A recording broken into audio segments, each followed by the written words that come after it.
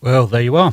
Uh, I thought it was quite informative, so at least we got to see the launch once again, and also the that training video for Crew 7 was pretty good as well. I thought a little bit of an insight. So those who join us, very welcome. My name's Matt, and welcome to M2M. Welcome to this live stream for the Crew 7 docking with the ISS. NASA have actually gone live, so I'm going to join them with them just shortly via SpaceX. So what we're going to do is, as well as the broadcast, I'm actually going to also show you a tracking of the ISS at the same time from time to time. I'll keep flicking to that, and so it's going to look something like that. So you can give an idea, sort of like a visual idea, as to where in orbit the ISS is in relation to the Earth. So you can see when it transitions from dark to light, etc. as well. So I thought that's always kind of a good thing to have, and it kind of gives you a visual reference. So that's what we're going to show you from time to time. We're going to be seeing, hopefully we're going to see the whole thing, going to be going all the way through as well as approach to docking, hard docking, and the hatch opening and the greeting. So that's what we're going to see today. So I'll keep that going right through to the end.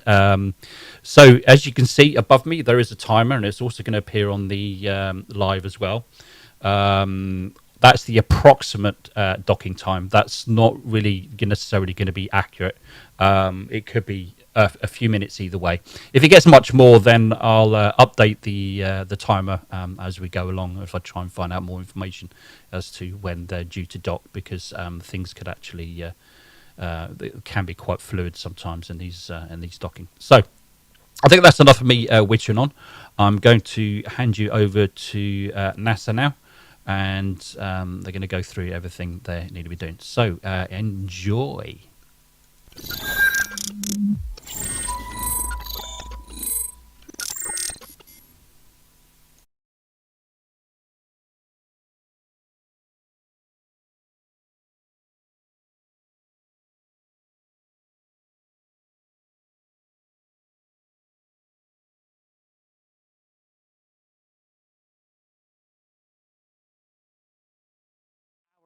Rather than the 24 hours required to enter the approach ellipsoid.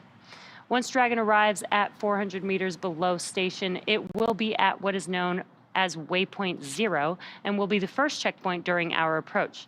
The vehicle can hold here at 400 meters, but if all of its systems check out, it can just continue to the approach to waypoint 1. Dragon's move from waypoint 0 to waypoint 1 will swing it up and out in front of the station. That puts it at a distance of about 220 meters.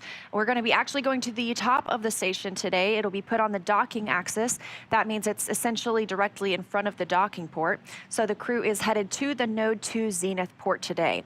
Dragon has docked to Node 2 for all of the crewed missions so far. That's where both of our international docking adapters are located.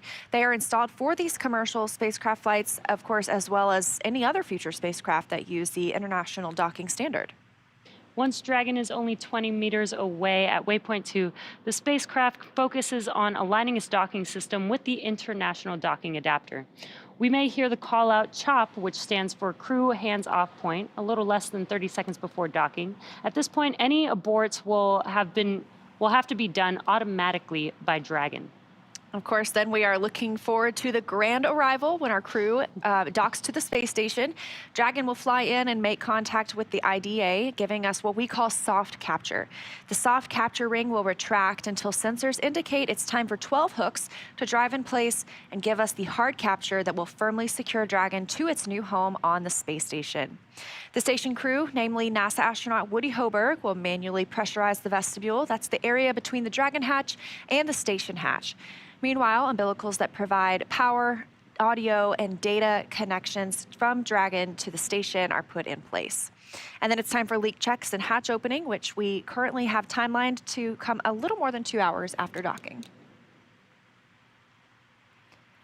And let's see if we have some social questions.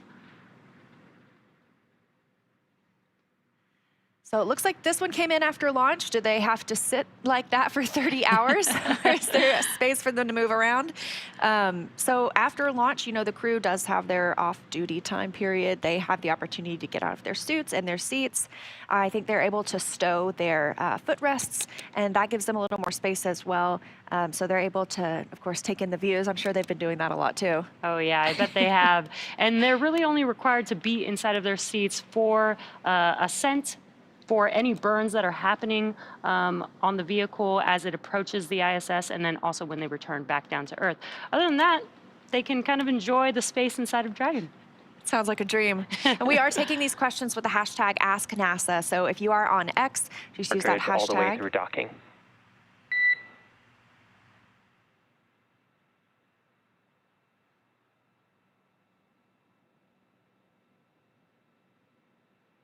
That was the core, so we expect to hear some comms from the crew and the core as we get into this more dynamic period of flight.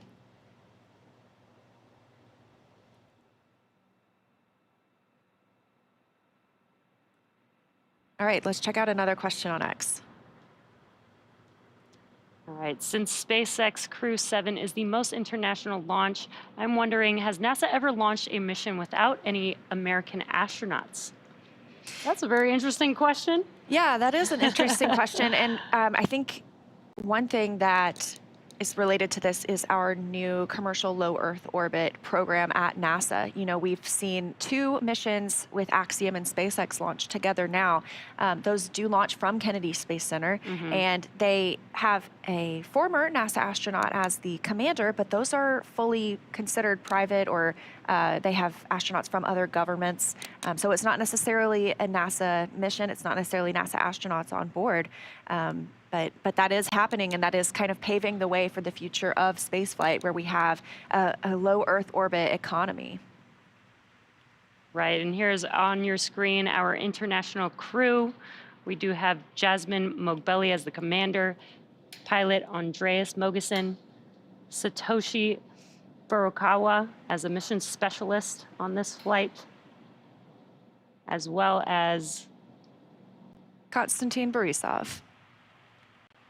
And we are coming up on AI burn pretty shortly, I think just about a minute away. That is a 90-second burn approximately. Feels like things are really getting real. We're getting close to the International Space Station. Right now we are about 4.8 miles from the station, so not too far. yeah, getting pretty close. And again, this follows our on-time liftoff yesterday at 12:27 a.m. Pacific time, 3:27 a.m. Eastern time. So it's about a 30-hour ride to orbit this time. And we've mentioned, you know, they've had the opportunity to be off duty essentially. I'm sure hopefully they got some sleep in there. Hopefully they had some snacks. Yeah. But it's getting to be go time. I heard they suited up recently, so they should be in their seats, in their suits, doing leak checks, getting ready for docking. And we are just under a minute away from the approach initiation burn.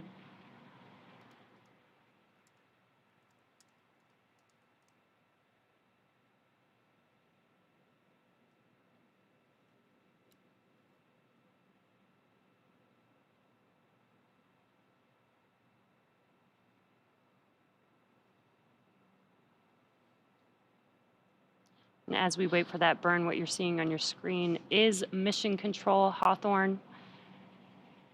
This is where we have the teams monitoring Dragon as they are approaching the International Space Station.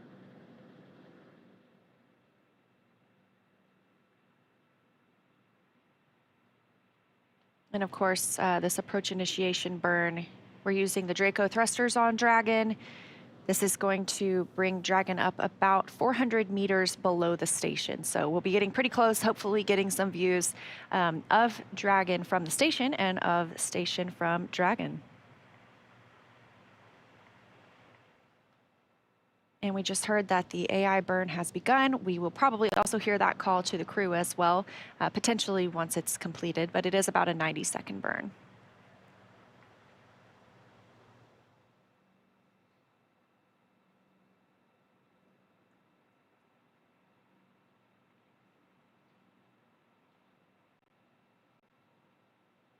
So the Draco thrusters on Dragon have just started to fire for the approach initiation burn. Dragon is currently about 2.5 kilometers below station, about 7 kilometers behind it. And again, this burn is going to swing Dragon up until it's about 400 meters, a quarter mile essentially, directly below the station.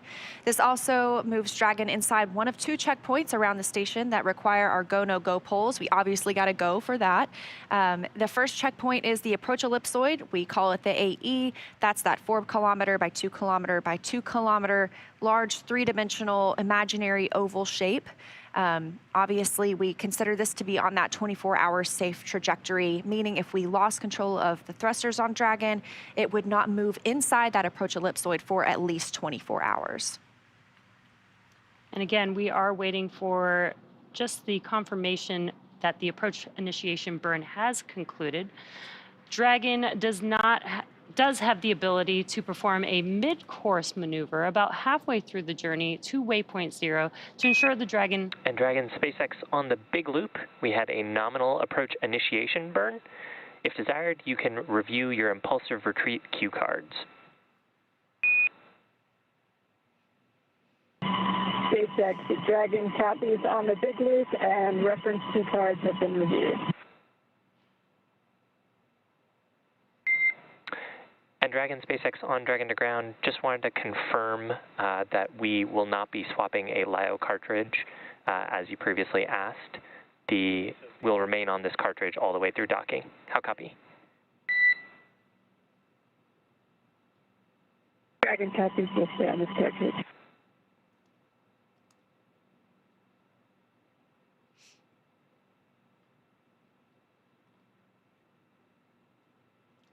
And heard some comms between the core and the crew, and what you're seeing on your screen there is a view of that very small dot in the middle of the screen. That is a view of Dragon.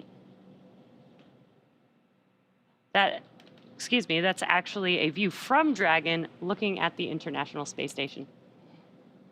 So tally-ho from Dragon. We will start seeing that get bigger and bigger in the frame. You just heard some words coming from the core, the crew operations and resources engineer here in Hawthorne. And Dragon SpaceX on Dragon to ground, we'd also like to bring back cameras if you're comfortable with that. You are go to bring back cameras, SpaceX, thanks. And the core today is Shiva Bharavaj, and you've probably seen him on some of the webcasts before. So he is the one speaking with the crew members today. You'll hear that a little bit, getting that confirmation to bring cameras back inside the spacecraft. So hopefully we'll be seeing our astronauts and cosmonaut coming up here soon.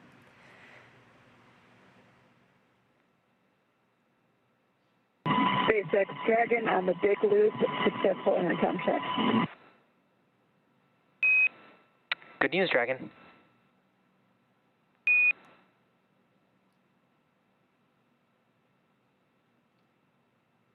And you can see on your screen some first views of seeing inside of Dragon. You can see the crew. And again, that is the International Space Station that you can see on the screen there. One thing I love about the International Space Station is it is about the size of a football field from end zone to end zone, and you can see that with your naked eye. So if you check out spotthestation.nasa.gov, you can put in your location and track when the space station is flying over your area. It'll tell you when to look up and look outside, what direction it'll be coming from, and it's pretty amazing to be able to see our humans from Earth living in space.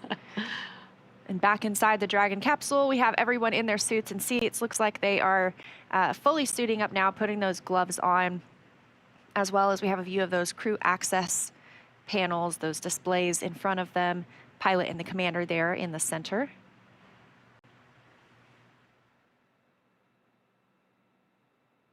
Of course, Dragon does fly autonomously, but the teams can monitor via those panels. They can also send commands if they needed to the spacecraft. Yeah, and we can see Dragon has a busy schedule ahead, but even in space, it still takes 2 to tango. The International Space Station is also a factor in the mix for this dance-like approach operation. So let's check in with NASA's Sandra Jones in Houston. How's it going over there, Sandra? Hey, Leah, good morning and welcome to the International Space Station Flight Control Room at the Johnson Space Center in Houston, Texas. We are gearing up for this morning's docking and looking forward to having Crew 7 on board Space Station here soon. But before the crew can come aboard, Endurance will complete its docking. 4.010, suit downing and audio configuration is complete. And on the big loop, SpaceX copies, and you are go to begin 4.011 for suit leak check. Go to begin 4.011 suit leak check.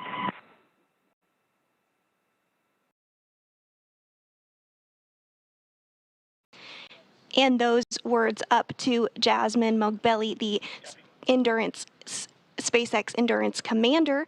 But on board the International Space Station, NASA astronauts Steve Bowen and Woody Hoberg are going to be in the station's cupola using special software to help track Dragon's approach and make sure it stays in the expected zones. Once Dragon is docked, Hoberg will be primed to start hatch opening operations, and he'll start by opening the large hatch on Node 2 Zenith, giving him access into the pressurized mating adapter. Then the crew will have to pressurize the vestibule, which is the small space between hatches on Dragon and Space Station. Because this was exposed to vacuum prior to docking, the crew will need to fill it with air and make sure its pressure is nearly equal with the atmospheric pressure on Dragon and the Space Station. Hoberg will then use a small valve on the station's hatch to slowly introduce air into the station's vestibule. Flight controllers here in Houston will monitor and verify the pressure readings to make sure that everything is leak-free before we get ready to open up the hatches. Here in Mission Control, NASA Flight Director Judd Freeling is leading the team for Dragon's approach and docking today. And to their right is our Capcom today, Amy Dill, who will be communicating with the crew aboard Space Station. Now, as you may know, right now there are 7 astronauts aboard the space station, but of course that number will jump up to 11 once Crew 7 arrives on board. So again, we're excited to get our Crew 7 astronauts aboard to work on handover and orientation with the Crew 6 astronauts before they depart space station. But for now, that's the latest from here in Mission Control, so back over to Hawthorne. Thanks, Sandra. So while we wait for our next milestone, let's take a moment to meet our crew. Captain Jasmine Mogbelli hails from Baldwin, New York, and earned a bachelor's degree in aerospace engineering from the Massachusetts Institute of Technology and a master's degree in aerospace engineering from the Naval Postgraduate School. She also graduated with honors from the U.S. Naval Test Pilot School, and as an AH-1W Super Cobra pilot and Marine Corps test pilot, she has flown more than 150 missions, accruing 2,000 hours of flight time in more than 25 different aircraft. At the time of her selection as an astronaut, Mogbelli was testing H-1 helicopters and serving as the Quality Assurance and Avionics Officer for VMX-1. She is also the proud mom of twin girls. They were really sweet the other night in their SpaceX replica suits when they said farewell. Loved it. So cute. This is pilot Andreas Mogeson's second trip to the space station. His first was as the flight engineer for the ESA IRIS mission in 2015. Mogeson has logged 9 days, 20 hours, and 9 minutes in space. He was born in Copenhagen, Denmark, and graduated with an international baccalaureate from the Copenhagen International School, a master's degree in aeronautical engineering from Imperial College London, and a doctorate in aerospace engineering from the University of Texas at Austin. In 2015, Mogeson became the first Danish person to go to space, and currently... Dragon on the big loop, ready to pressurize. And Dragon, SpaceX on the big loop, you are go to initiate suit leak check.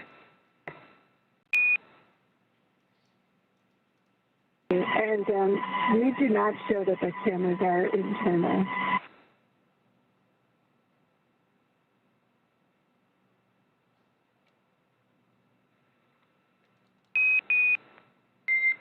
And Dragon, SpaceX on Dragon to ground, we are seeing good video.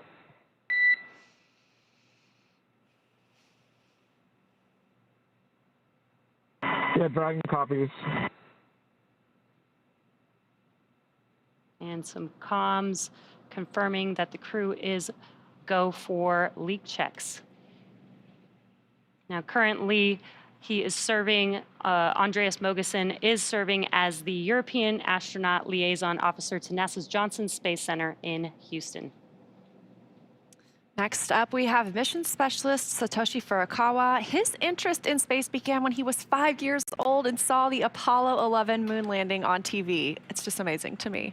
He was also a fan of the Japanese TV space hero Ultra 7, and his professional career began as a medical doctor. But after seeing a news report about Japan auditioning for new astronauts to do science experiments on the space station, he decided to apply. And he was selected by the National Space Development Agency of Japan to be an astronaut candidate in 1999. His first mission to the International Space Station was as a flight engineer for Expedition 28 and 29 that launched from the Baikonur Cosmodrome in June 2011.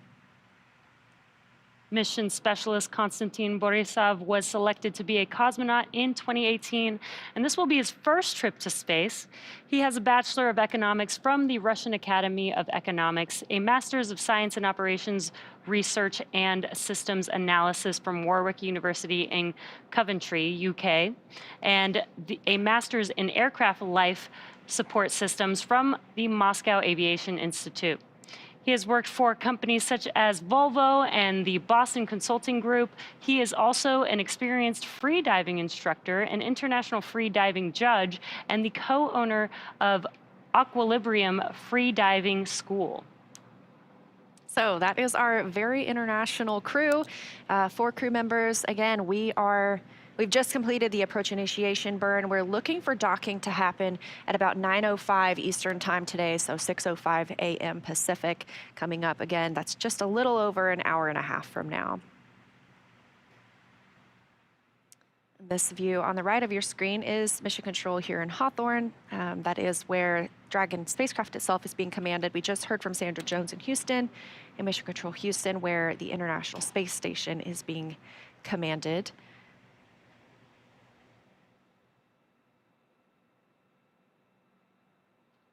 And there you can see on your screen the Dragon spacecraft. It is about 27 feet tall. There are some differences in this Dragon spacecraft that we see now, the second iteration, and the first one, where at the bottom they're pointing out those solar cells. Those are on the base of the trunk of Dragon. The previous iteration of Dragon had solar arrays, and of course, trunk is jettisoned ahead of re-entry, so it'll stay attached the entire time while we're on the International Space Station, but only that top half, that top portion where the crew is inside, of course, that's what brings everyone home and safely splashes down off the coast of Florida. And we expect to see that happen in just about a week with our Crew 6 crew members currently living on the International Space Station. They arrived about 6 months ago. Dragon, we show 4 good suit leak checks.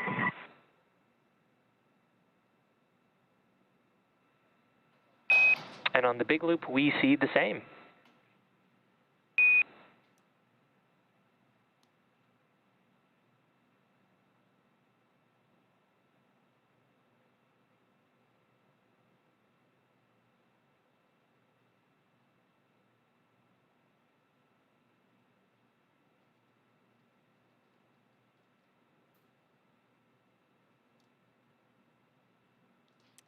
And we just heard confirmation of 4 good suit leak checks, so that's great news.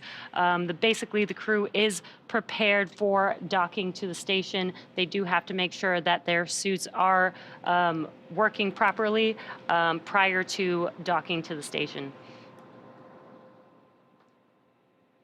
So taking a look here at the suits themselves, these are custom fitted for each crew member. A 3D printed helmet accompanies the spacesuit. These are pretty sleek. They are used for dynamic portions of the mission. That's why they're able to get out of them during the free flight portion. So again, they're suited up. We've had those leak checks. They're able to get air conditioning as well as communications through these suits. There's a hookup on the side of their seat with which they would plug into that keeps them cool, keeps them comfortable on the flight. Yeah, we always like to say that the Dragon spacesuits are an extension of the Dragon capsule itself because they do need to work together basically as one unit to ensure that the crew is safe, needs to provide the same nitrox air inside of the suit if needed, just as inside of the cabin. So very much so like one unit working together. So the next milestone coming up is the mid-course maneuver. It can be done. It's about halfway from our starting point of approach initiation to waypoint 0. So it's a small burn. It helps fine-tune that approach. We're targeting, of course, that precise 400 meters directly below the station. And that's what the approach initiation burn did for us, was bring us up to that 400-meter point. Of course, we are still en route to that point, but we also passed through waypoint 0 on the way. Coming up next, we will be looking to pass through waypoint. Well, we will pass through waypoint 0, and then we'll pause at waypoint 1.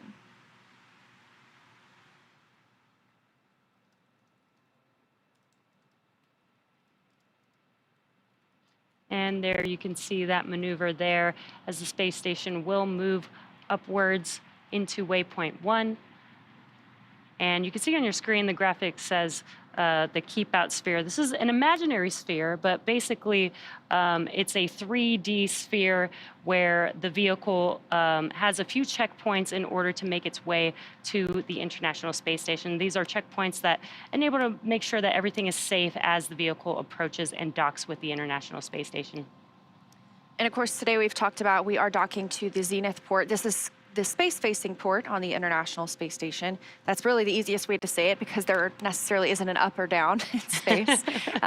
And Dragon Endurance today is joining Dragon Endeavour, which is docked to the forwardmost port of the International Space Station, both on Node 2.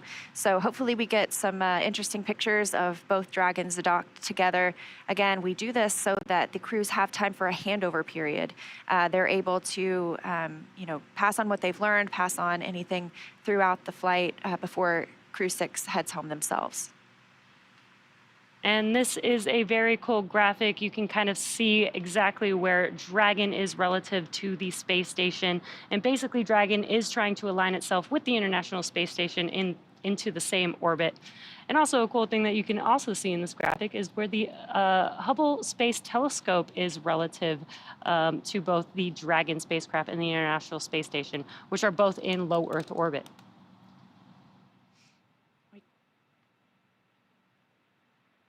We are taking your questions on X with the hashtag AskNASA. So if you're wondering something, we will definitely try our best to bring that up and answer it here. So let's see if we have anything. Are there health monitors that continuously check astronauts' vitals during preparation and flight? If so, what happens if it's noticeable that one of them is uncomfortable?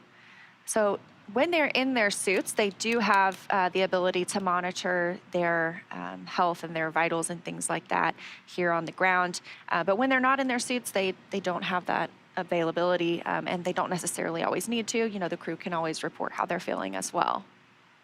We also have something similar in our suits on a spacewalk. So the flight surgeon is able to monitor on the ground, kind of the consumables is what we call it. So the amount of oxygen or the temperature of the astronaut. And so they can recommend things like maybe let's pause here or, whatever we need to do to either extend the time that they're available to use the suit or just to make sure that they're comfortable and can get the work done on the space station. Yeah, very cool. We've got another one here. Is there a difference in the amount of fuel and propellant for cargo, payload, or crew? Yeah, that's a very interesting question.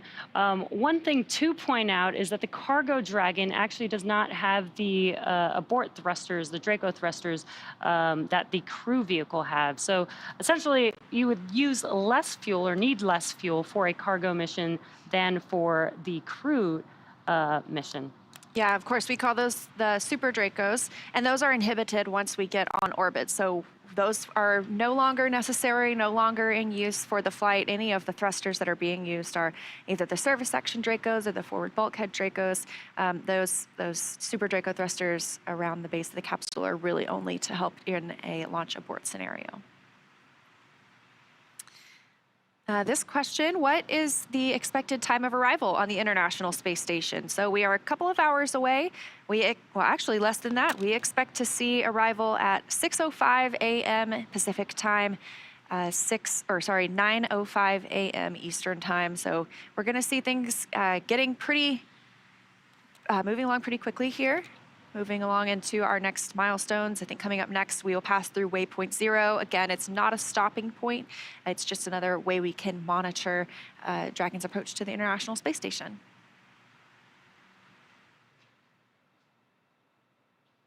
And we've got one more question here. What science are we expecting from Crew 7, and what impact is it going to have in future interstellar travel? I don't know about future interstellar travel necessarily, but of course, I love the opportunity to talk about the science here. There are several investigations going up that Crew 7 will work on.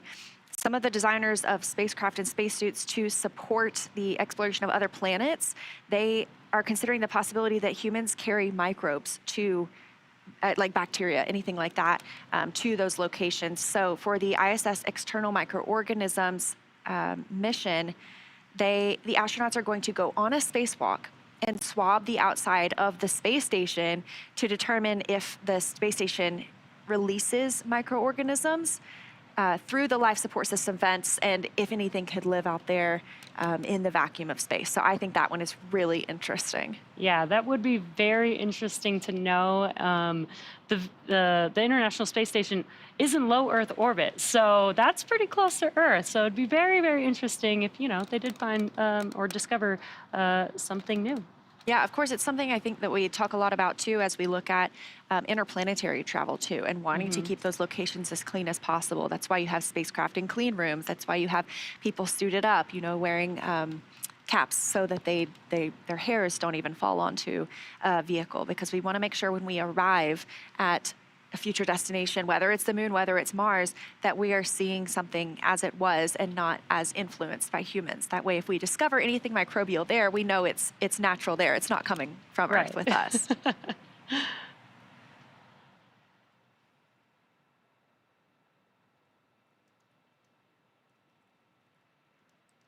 Now on your screen, on the left-hand side is Mission Control Hawthorne. This is the team that's actually monitoring Dragon, and they monitor Dragon from liftoff all the way to the crew arriving at the International Space Station, as well as when the crew returns back home all the way through splashdown.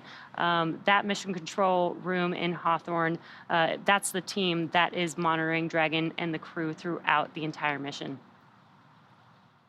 Yeah, and obviously we are getting into joint operations now. That means both of these teams are working together. So previously, the International Space Station was obviously clearly monitoring Dragon's flight, but mainly focused on the International Space Station and preparing it for docking. But now these teams are really working in tandem as we get closer to those two vehicles linking up. Again, coming up in just a little over an hour from now, 6:05 a.m. Pacific, 9:05 a.m. Eastern time.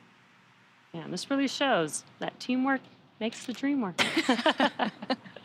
I think you're 100% right.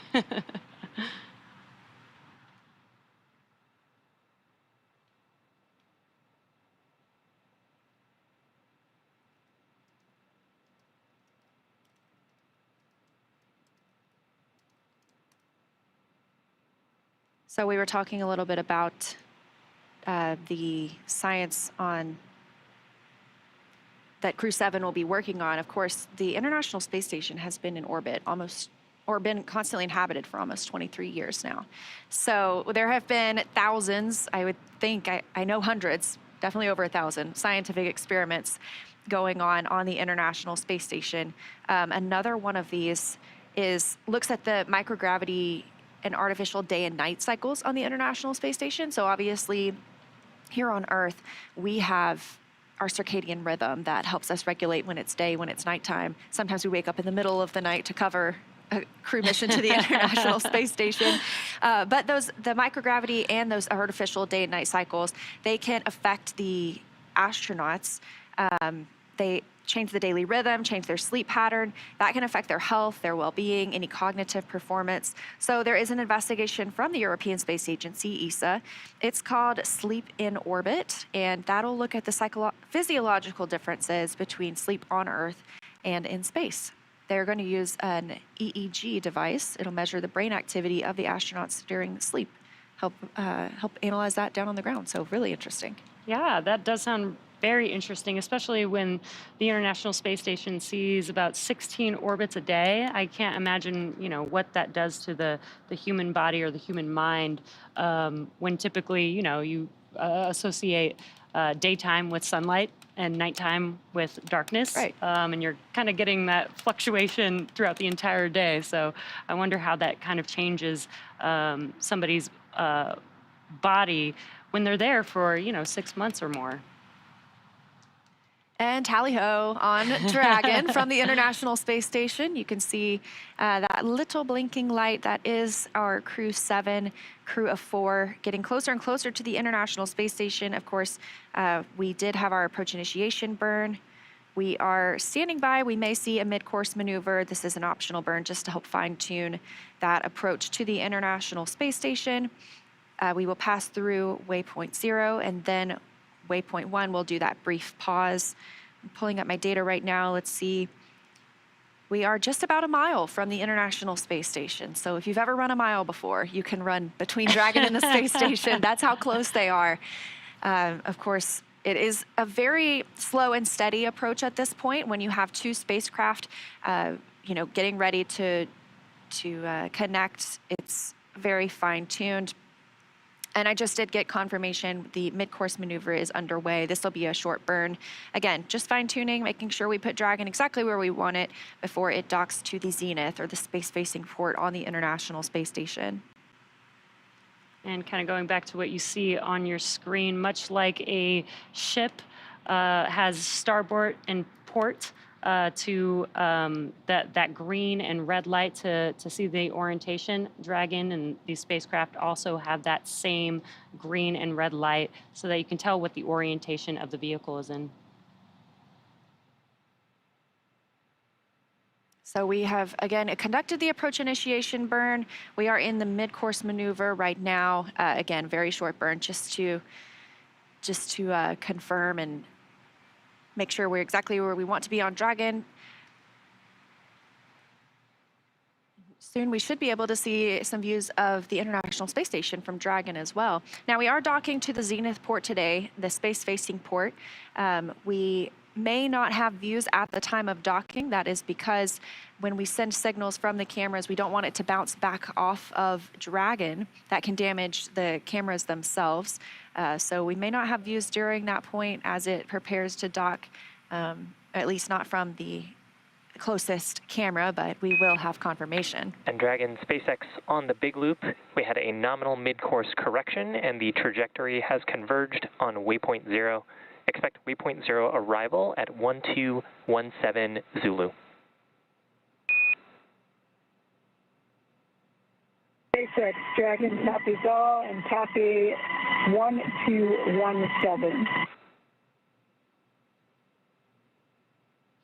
Great news. We had confirmation that the mid-course maneuver is complete and that we are on track to waypoint 0 at the 5:17 a.m. Pacific time timestamp there, which is just about 18 minutes from now. And of course, they could hold at waypoint 0 if they wanted to, but we don't have anything that's tracking for us to do that at this time. They'll be able to move right through waypoint 1. I believe that's about 220 meters from the station. And these pauses are built in so that we can continue to check the systems on Dragon as well as on the International Space Station side. Just make sure everyone is still performing optimally before we get into this delicate dance, as we've called it before. And like we were just talking about, we see liftoff happen so fast. The crew is traveling very quickly, catching up to the International Space Station. Some of these burns last quite a long time, but as we get closer and closer, it is much slower, much more paced as we get into the approach ellipsoid, the keep out sphere, just bringing these two spacecraft closer together and making sure that we are very careful as we bring them together in space.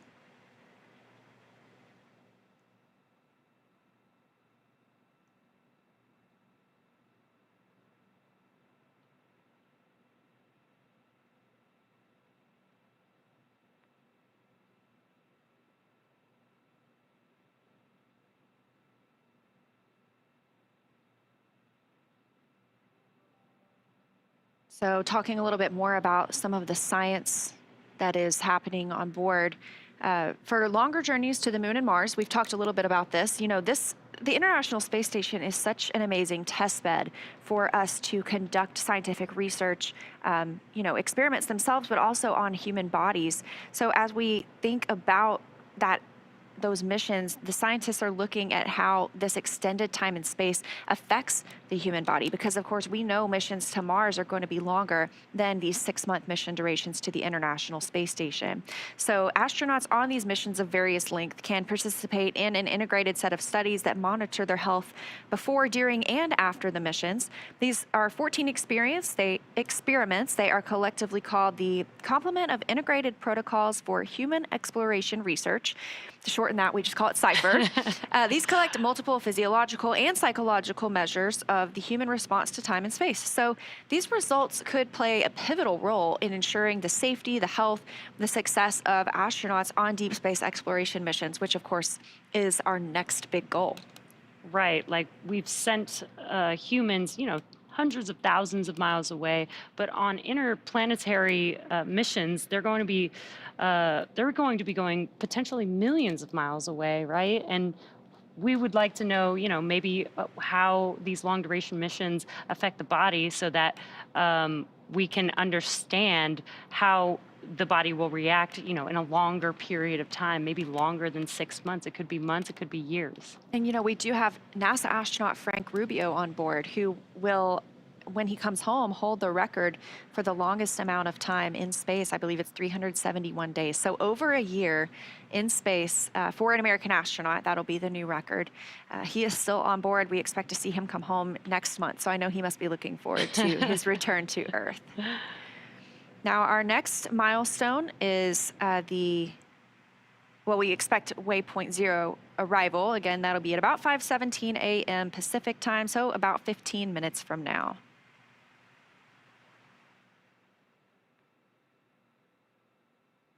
And again, if you're just tuning in, this is Dragon making its way to the International Space Station, this view coming from the space station itself.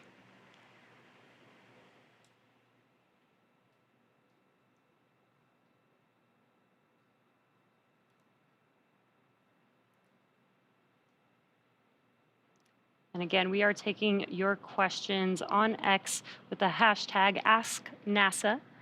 See if we have some questions here. How long was the prep for this mission overall? Ooh, that's a great question. Yeah, so, a lot of these crew members have been assigned to this mission for probably over a year-ish, but they've been astronauts for longer, or a cosmonaut for longer. We know Satoshi Furukawa was selected as an astronaut in 1999. So upon selection, you really start your prep for your missions, even though you don't necessarily know what mission you'll be on at that time. But you start things immediately, like training how to use the systems on the International Space Station, how to perform maintenance, how to do spacewalks. So your training really starts the day you become an astronaut candidate. However, training for this mission gets a little more intense when they are assigned, and when they can come here to Hawthorne and start training with the teams here, as well as training specific experiments they might conduct on the International Space Station. Right. It's not just training for the liftoff and launch to the International Space Station, but it's all the training that includes, flying, potentially flying Dragon if needed, performing the science experiments on the International Space Station. Sometimes the astronauts actually have to go and help, build or rebuild or maintenance parts of the International Space Station, so they'll need training on that as well. So it's a pretty dynamic training program for these astronauts.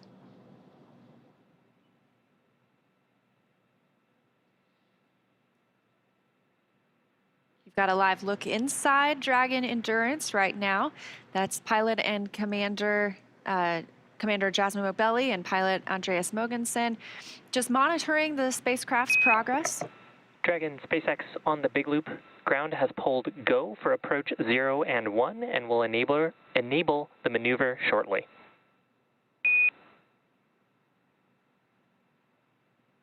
SpaceX Dragon copies, go for approach 0 and 1. And those words confirming that we are good to continue the approach to the International Space Station, and we'll pass through waypoint 0. Again, we expect that waypoint 0 mark to come at about 5:17 a.m. Pacific, so about 12 minutes from now. Again, they will not pause there.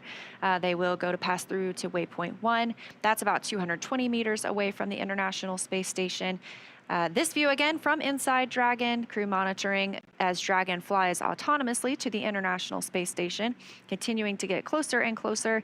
That approach initiation burn brought us up about 400 meters directly below the station. We are now about 686 meters from the station, or about 0.4 miles. So getting closer and closer, again, looking for docking at 9:05 a.m. Eastern, 6:05 a.m. Pacific, so almost exactly an hour from now.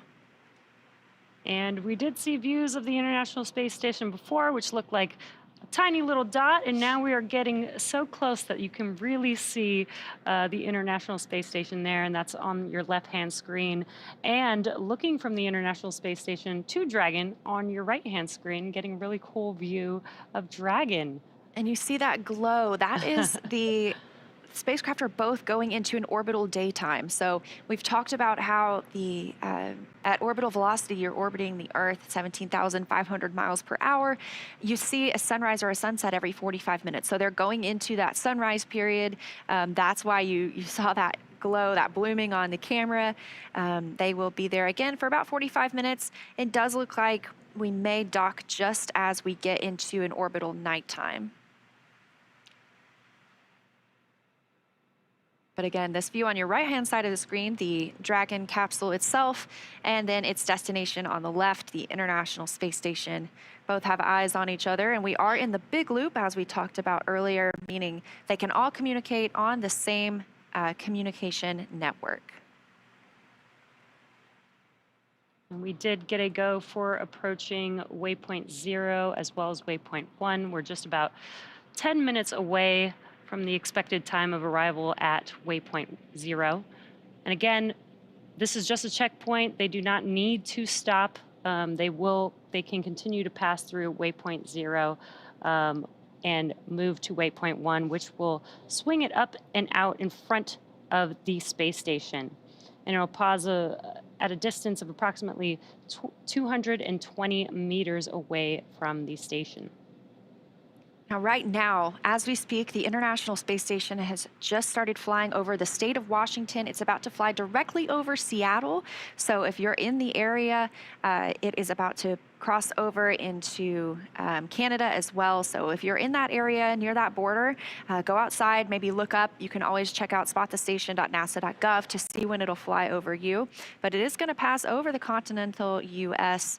Right now. It's flying right over the state of Washington. So I'm sure if they looked down right now, would have beautiful views of the mountain ranges there.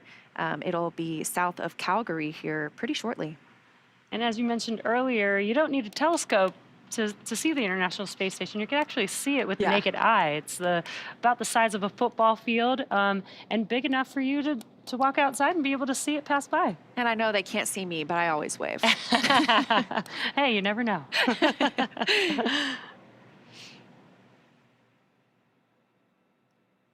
So again, things still progressing pretty smoothly this morning. Next milestone being that they will pass through, will not stop at waypoint 0, less than 8 minutes from now. And a reminder, we are going to the zenith, or the space-facing port of the International Space Station today. They will be next-door neighbors with Dragon Endeavour, which is at the forward-facing port on Node 2.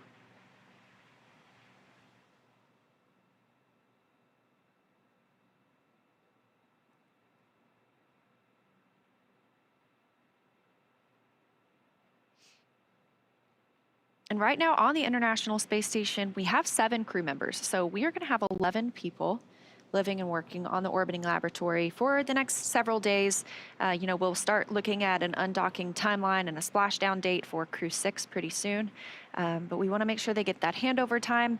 So right now, again, 7 people living on the space station. Right now, it looks like 4 of them are having their midday meal. So on the space station, they use Greenwich Mean Time. It's just a little bit after noon there, about 12:10 p.m. A few of them are eating. Again, this is a weekend day, so technically, sometimes if there's not operations going on, they do get time off on the weekends. They're able to relax, talk to family members. Right now, several of them are eating, and then Woody Hoberg will step into the Dragon approach monitoring. He will also work on pressurizing the vestibule once we are docked.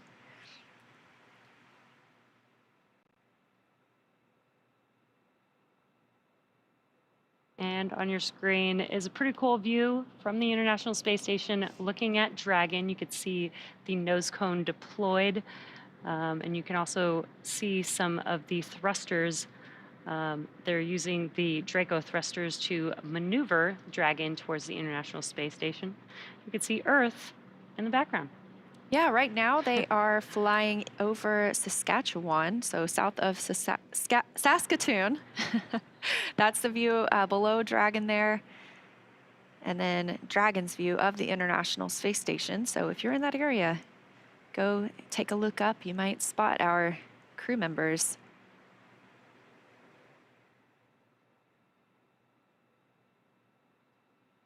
Again, less than an hour away from docking now. It will bring that crew up to 7 people. And we are about 5 minutes from reaching waypoint 0. Expected time is 5:17 a.m. Pacific time.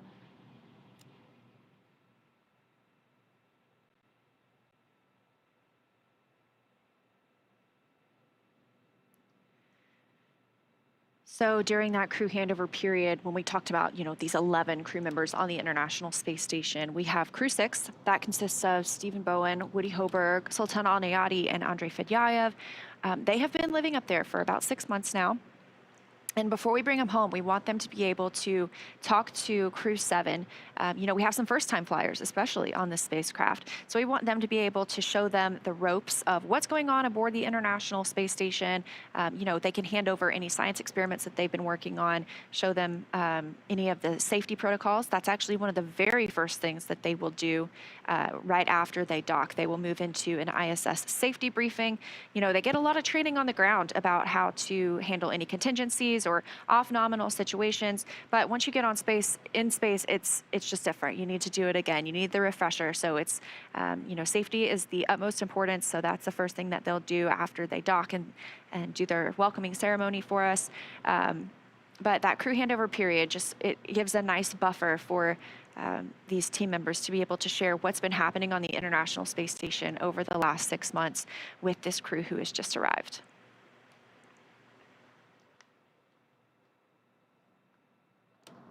This view from another camera on the International Space Station. Again, this station right now is about 262 statute miles over Earth, actually flying over Ontario at this point. It's moving pretty fast. Just a couple minutes ago, it was flying over Washington State. We're now all the way over Ontario, so 17,500 miles an hour. That is about 5 miles per second. Quite speedy. And speed is relative, so it doesn't look that fast on your screen, but that is very, very fast.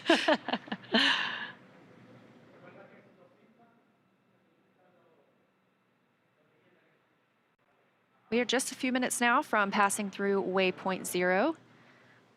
And we expect to pass through waypoint 1 as well. That'll be about 25 minutes following our pass through waypoint 0. Again, these are points built into the docking process. That way, if we needed to hold at these, we definitely can. It's a great opportunity to check out any systems, but the teams here in Hawthorne as well as in Houston have pulled go. They're not tracking any issues that would preclude us from a safe docking. Again, looking at that coming up at about 6:05 a.m. Pacific. And our Cronus flight controller in Houston is the one who is navigating these cameras on the International Space Station. So they always do a great job of getting us some really amazing views as Dragon gets closer.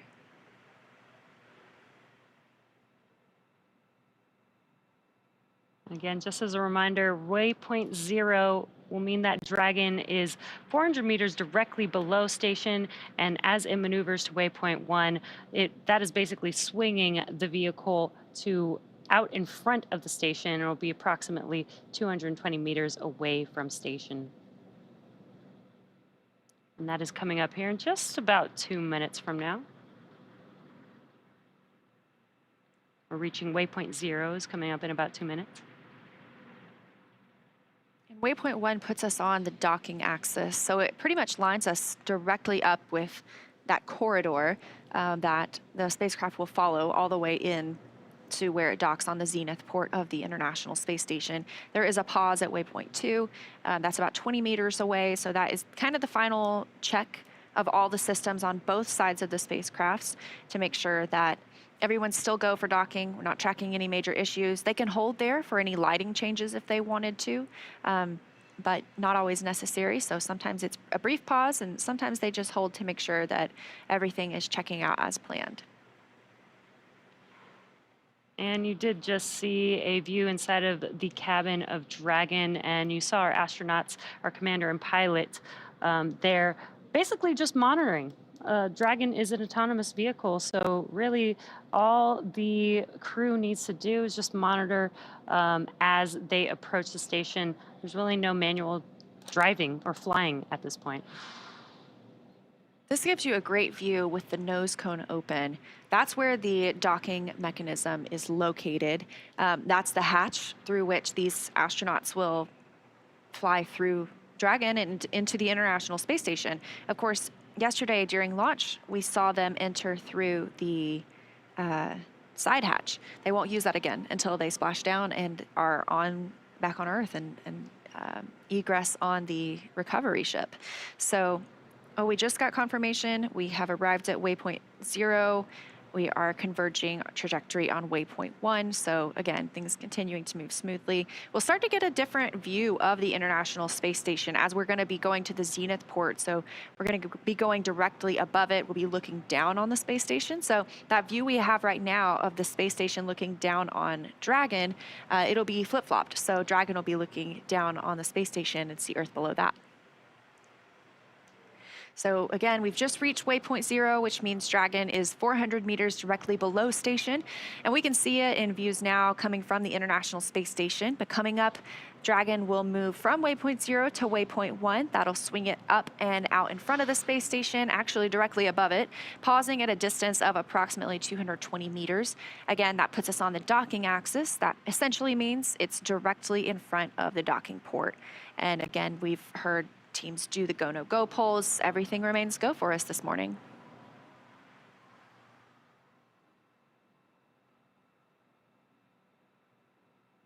So again, coming up next, we will see Dragon SpaceX on the Big Loop. Approach 0 has started and the trajectory has converged on waypoint 1. Expect arrival at waypoint 1 around 1259er UTC.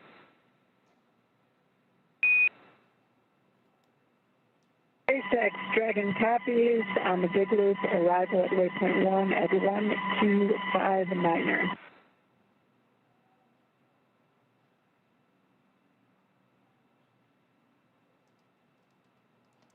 And just the core communicating with the crew, confirming that they are on their way to waypoint 1.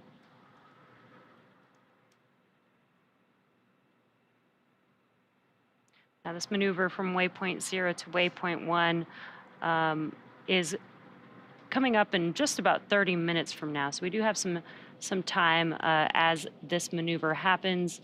This is a slow and steady process. Again, we are traveling at 17,500 miles per hour, but the process is slow and steady as we pass through each one of these checkpoints to make sure that we can monitor everything that's happening and make sure that the vehicle is safe, the crew is safe, as well as the International Space Station is also safe before we begin docking with the space station.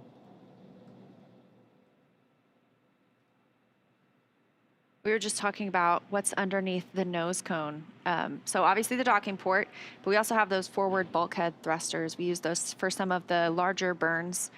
We also have the service section Draco thrusters. Those are positioned around the spacecraft.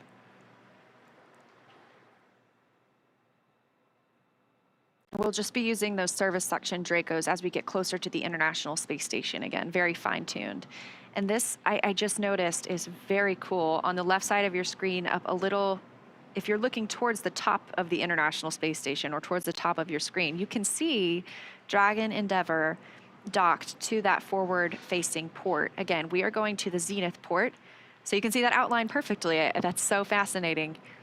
You can also see some of those International Space Station rollout solar arrays, those IROSAs. If you look towards the right side, you know, they look like they are a little bit detached, sort of. They are mounted differently on our solar arrays.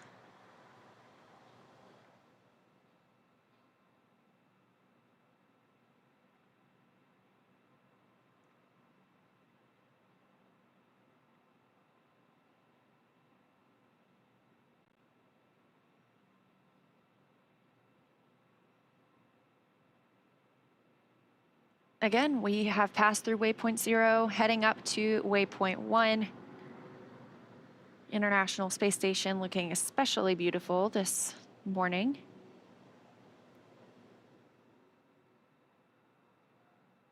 We are in that orbital daytime. We are now flying over the Atlantic Ocean, so we have at this point passed over the continental US, North America.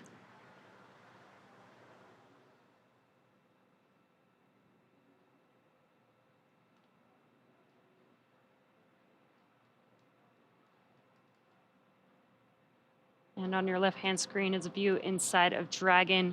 On your left-hand side is Commander Jasmine Mogbelli, and on your right-hand side is the pilot for this mission, Andreas Mogensen. Again, they are just monitoring.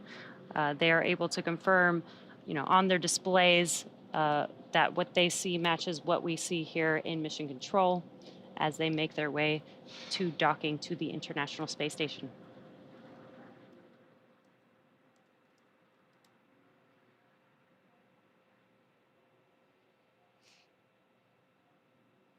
And these views are really awesome. Seeing Earth in the background, looking almost so crisp there. I know. And Crew 7, once they arrive at the International Space Station, they will have these beautiful views for about 6 months, living and working, doing science and research on the International Space Station. We did get an updated docking time. It has shifted just a few minutes to the right. We're now tracking 9:08 a.m. Eastern Time. Literally just a 3-minute change, so just fine-tuning after we've done the approach initiation burn and that mid-course maneuver.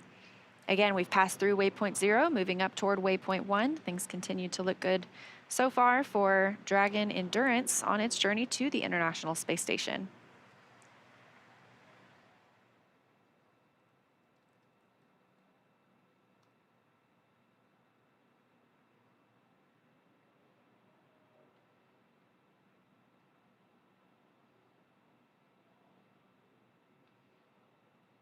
And the astronauts, the first crew to fly on a spacecraft, have the opportunity to name it. And so the first flight of Endurance was the Crew 3 mission. It was named Endurance by the astronauts themselves. Obviously, they said it's a tribute to the tenacity of the human spirit as we push farther than ever with commercial opportunities in low Earth orbit and plans to go to the moon and Mars. So common theme.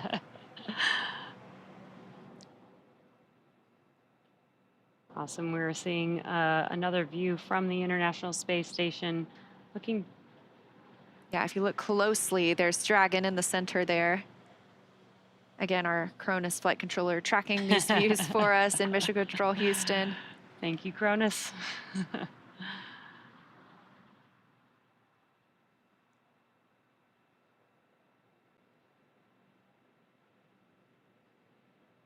And as a reminder, as Dragon approached waypoint 0, was directly under the International Space Station. As it moves to waypoint 1, it's actually going to swing up and align itself with the space station.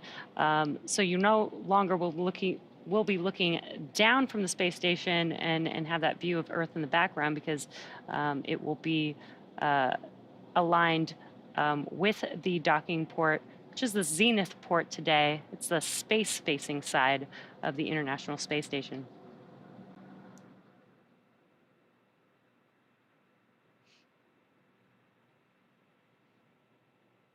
Once our astronauts arrive and our cosmonaut arrive to the International Space Station today, they will be members of Expedition 69. That will remain their designation, so they won't keep these roles, these titles that they have right now. You know, we have Jasmine Mogbelli as our commander. Once she gets to the International Space Station, she will be a flight engineer, and they will remain Expedition 69 until departure of Soyuz next month. That'll be bringing Frank Rubio home. That is when we will enter Expedition 70. So their titles will change over at that point to Expedition 70 crew members.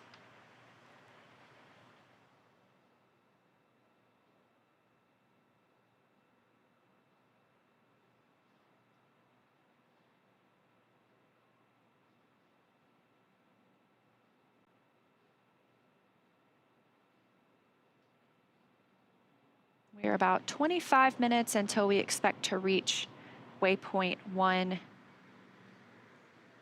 Sorry, about 35 minutes, I believe. Again, that's that 220 meter. It can be used as a hold point. I don't think we intend to use it as a hold point today, but it is on the docking axis. It'll be directly above the International Space Station, directly above that zenith port on node 2.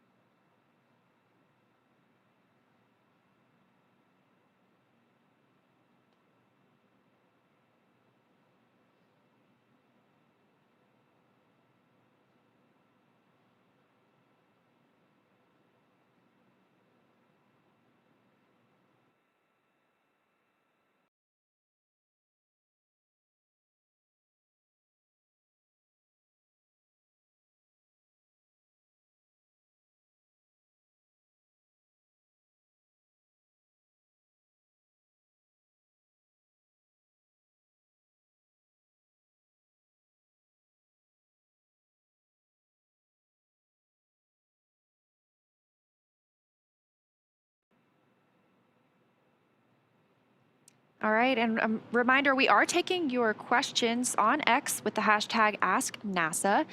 We have one from Sahid asking if there are any problems with docking if they are on the dark side of the Earth, which it does happen several times a day. We see that happen about every 45, 90 minutes, or sorry, a sunrise, sunset every 45 minutes.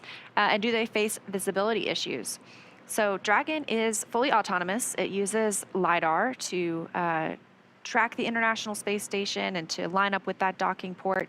The crew members do have the opportunity to take control if needed, but they don't necessarily need to wait for that lighting. The Dragon knows where the station's docking port is, and we have lights out on the exterior of the International Space Station anyway. So sometimes we do hold for lighting just to double confirm, just to make sure, but there is usually no problem docking in darkness.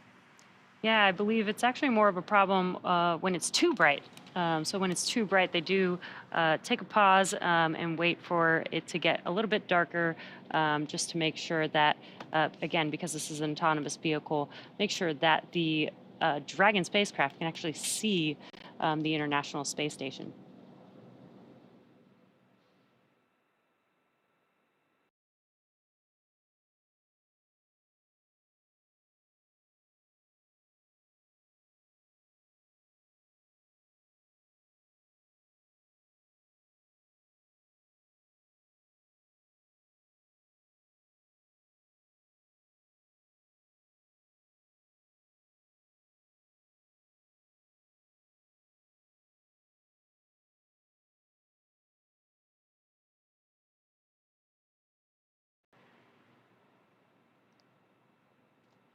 And we are taking questions on X with the hashtag AskNASA. And this one is, where can I see the post-launch news conference from yesterday? And also, you're doing a good job. Good job, Thank you Leah. so much. Good job, Jesse. Thank you so much. You can find the post-launch news conference on NASA's YouTube. They did a great job breaking down the ascent and what it looks like for this rendezvous profile. So if you want to go back, take a look at NASA's YouTube, you can search for the Crew 7 post-launch news conference, and it should come right up.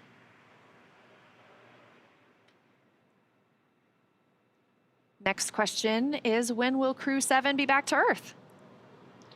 Well, these are long duration rotational missions, but the durations are approximately 6 months.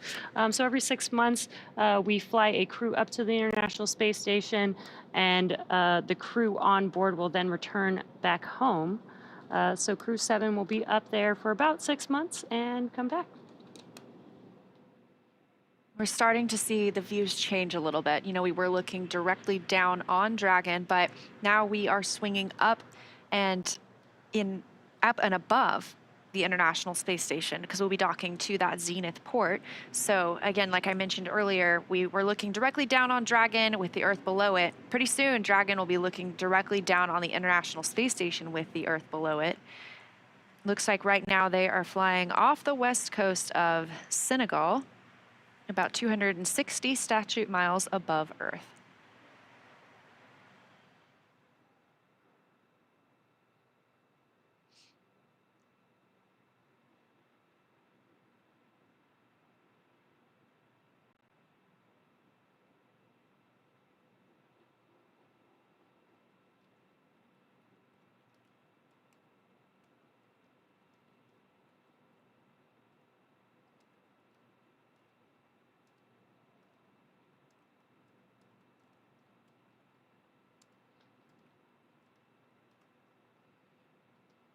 And if you're just now joining us, you are tuned in to the Crew 7 mission. The crew launched last night at 12:27 a.m. Eastern Time. 12:27 a.m. Pacific Time, 3:27 a.m. Eastern Time. And now the crew is making their way to the International Space Station. We've already had a few burns. We've passed through checkpoint waypoint 0, and now the vehicle is swinging up towards waypoint 1. We are just under 25 minutes away from the expected time of arrival to waypoint 1, which will put the vehicle in line with the docking adapter on the International Space Station, and also put the vehicle directly above the International Space Station. So if you're tracking, that's an almost 30-hour ride to orbit. The crew are suited up now. They are in their seats. They have not had to do so during the flight, and we just got a really cool view of one of those Draco thrusters firing, helping us fine-tune our approach to the space station.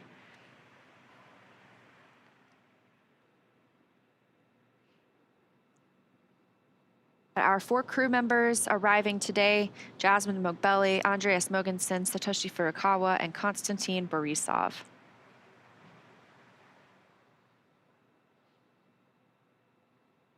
Dragon looks pretty small in this picture, but we are getting closer and closer to the International Space Station. Waypoint 1 is our next really milestone. That'll be 220 meters directly above the station. We'll pass through that, head to waypoint 2, which is a hold point. It can be a brief pause. That's 20 meters away from the docking port.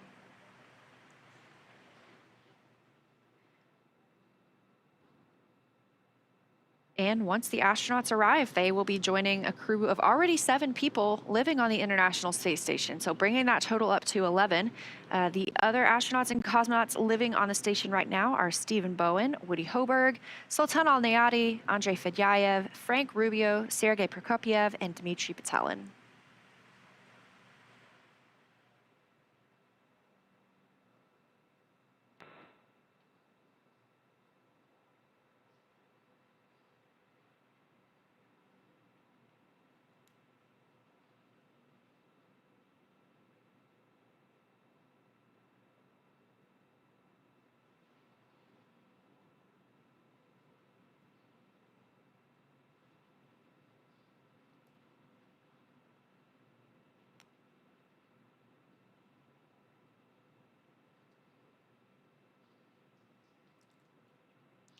And we just had a view from the International Space Station looking at Dragon from a bit further away. And now we've got a very good close-up as Dragon gets closer and closer to the International Space Station.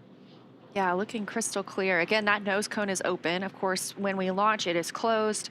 And when we re-enter its atmosphere, it's closed to protect that docking mechanism that's beneath it. So that's exactly the point that'll line up with that Zenith port on the International Space Station. It'll dock. The teams on the space station will take some time to make sure they pressurize the vestibule. That's the space between the Dragon hatch and the space station hatch. So when Dragon docks, that space is going to be out of vacuum. It's been previously exposed to outer space. And we want to make sure that it's equalized before we open up those hatches and the crew floats in. So that is a process that takes about an hour-ish, you know, making sure that we've got all those levels equaled out before we welcome the crew aboard the space station.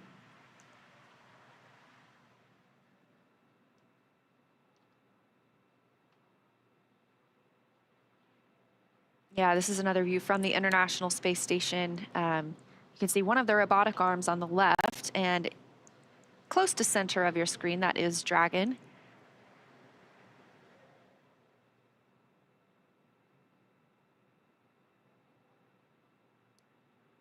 And that robotic arm is attached to the Japan exposed facility, so we are able to put some of our experiments outside in the vacuum of space.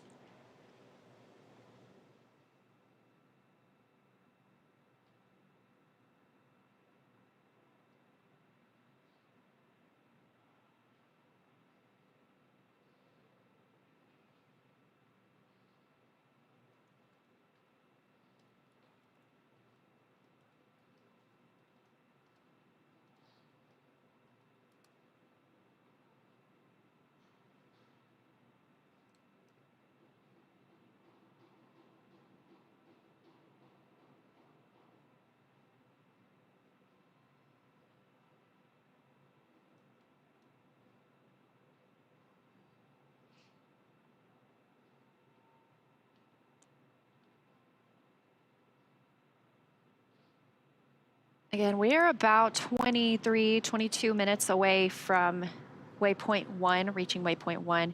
Can be used as a hold point. We do not anticipate doing so today. We're heading to the Zenith port of the space station on node 2, and it'll continue flying in. It'll be on that docking corridor until it's about 20 meters away. And we are looking for docking today at 9:08 a.m. Eastern Time, 6:08 a.m. Pacific Time.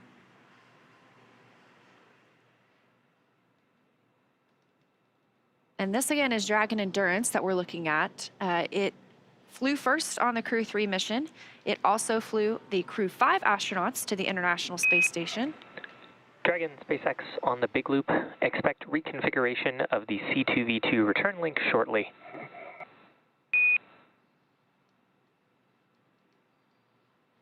Dragon copies on the Big Loop.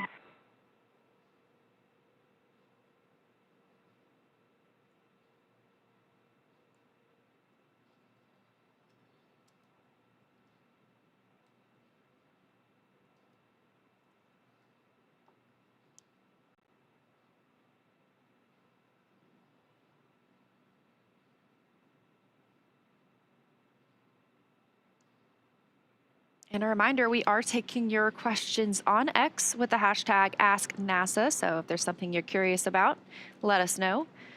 This question from Jack: what have the astronauts been doing in between launch and docking? Well, they've been floating around a bit, but they have had some rest periods, some meal periods. You know, they're able to eat while they're in microgravity as they're making their way to the International Space Station.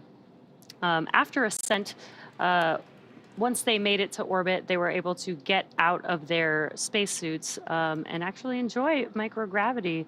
And they've also, you know, needed to follow some procedures.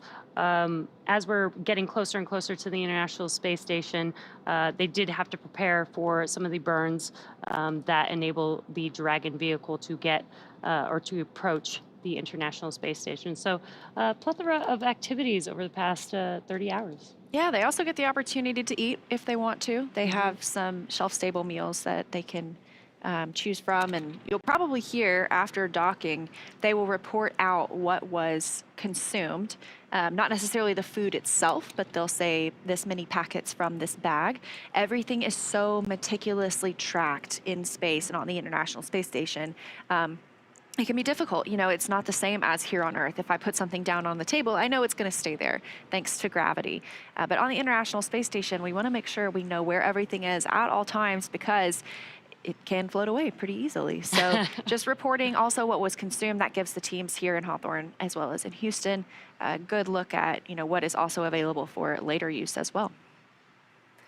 Yeah, and on the broadcast for the launch of Crew 7, NASA astronaut Jessica Meir actually mentioned, you know, how good the meals ready to eat actually are. She really gave an ode to, you know, how cool it is to be able to bring, you know, some flavors from, you know, some of the astronauts' like favorite types of food with them to the International Space Station.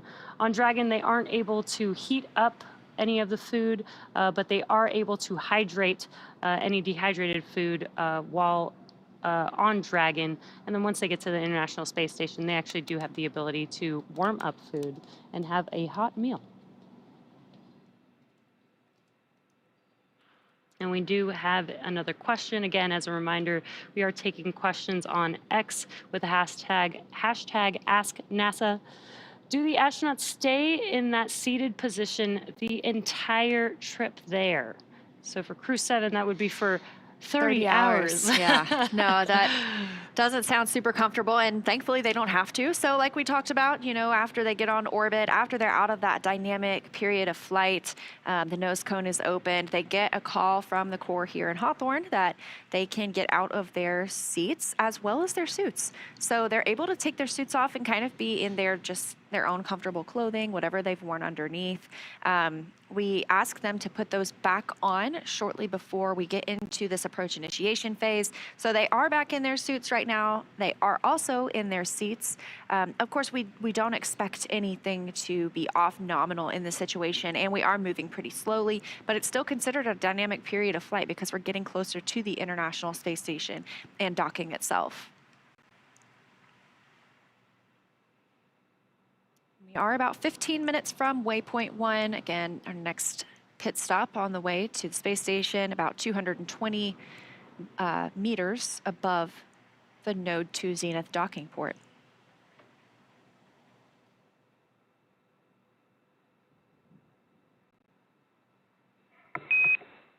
And Dragon SpaceX on the big loop. C2V2 link reconfiguration is complete.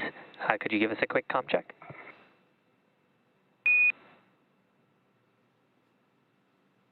SpaceX Dragon, comm check on the big loop. We have you 5x5.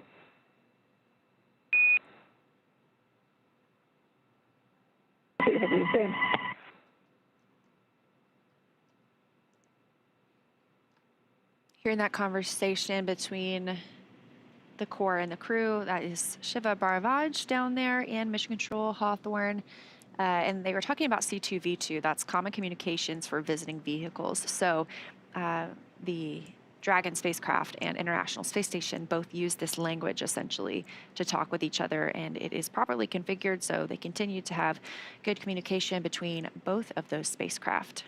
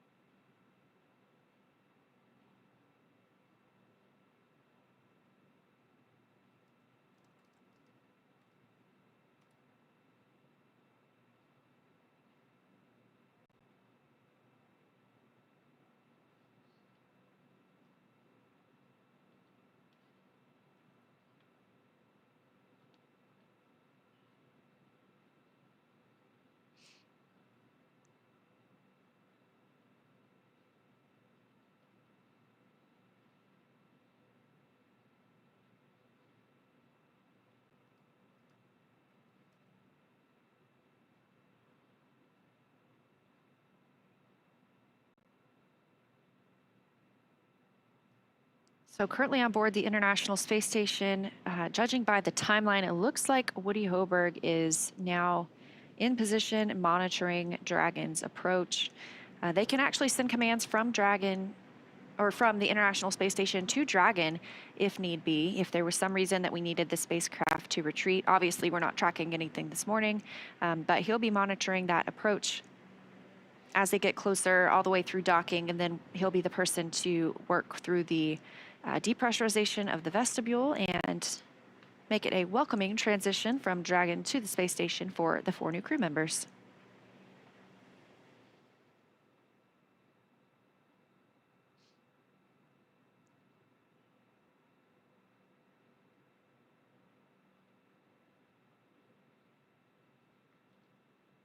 And we are currently maneuvering from waypoint 0 to waypoint 1. We are expecting to arrive at the waypoint 1 checkpoint at 5:59 a.m. Pacific time. And again, this will put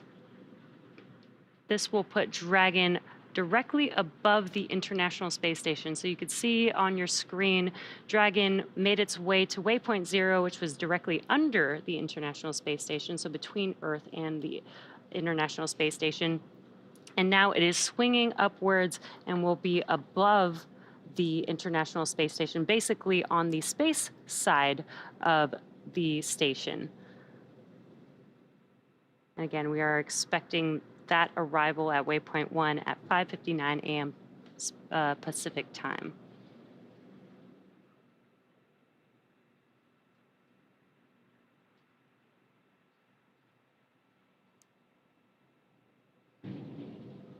And we got the go from the International Space Station team that they are good to have Dragon proceed past waypoint 1. So waypoint 1, they will stop at waypoint 2 again. That's about 20 meters from the space station. That's the final checkpoint before moving in. And we expect to see them at waypoint 1 in about 12 minutes from now. Shortly after that, it moves pretty quickly. It is slow and steady, but at the same time, we're anticipating docking at 6:08 a.m. Pacific. That is 9:08 a.m. Eastern time. So just about 30 minutes from now, we should see our new crew arrive at the space station. Of course, if we needed to, we can hold at waypoint 2 for quite a while, just to make sure we have conditions on the spacecraft, on the International Space Station, any lighting conditions, just the way we want them before we move on in. And just to recap some of our milestones, we had an approach initiation burn at 4:29 a.m. Pacific time. That's 7:29 p.m. a.m. Eastern time. As well as we did require an approach initiation mid-course maneuver, which happened at 4:56 a.m. Pacific time, 7:56 a.m. Eastern time. And again, we've passed through waypoint 0. We're on our way to waypoint 1. And as Leah mentioned, after waypoint 1 is waypoint 2, just 20 meters from the International Space Station. There will be that will be a checkpoint where they will make sure that everything is good before docking. And again, docking is autonomous. Dragon is an autonomous vehicle. So the astronauts still are just monitoring all the way until the vehicle basically latches onto the International Space Station. We'll start hearing more and more chatter too as we get closer between all the crew members. And one of the call-outs that we'll hear just as the crew is about to make contact with the International Space Station is CHOP, or that stands for Crew Hands-Off Point. That's about 2 meters from the space station. At that point, the crew should not be sending any commands to Dragon. However, again, we really don't anticipate that they would be because it is an autonomous docking.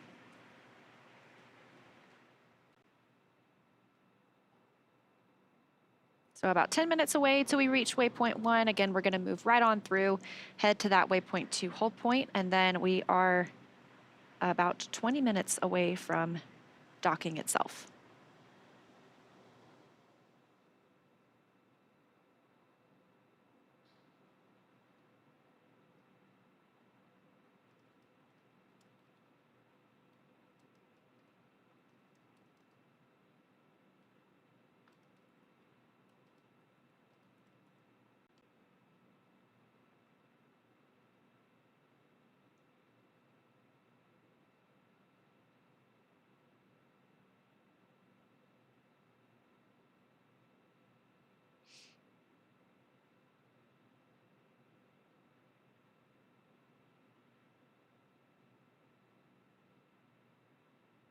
So again, we're docking to the Node 2 Zenith port today. That's the space-facing port.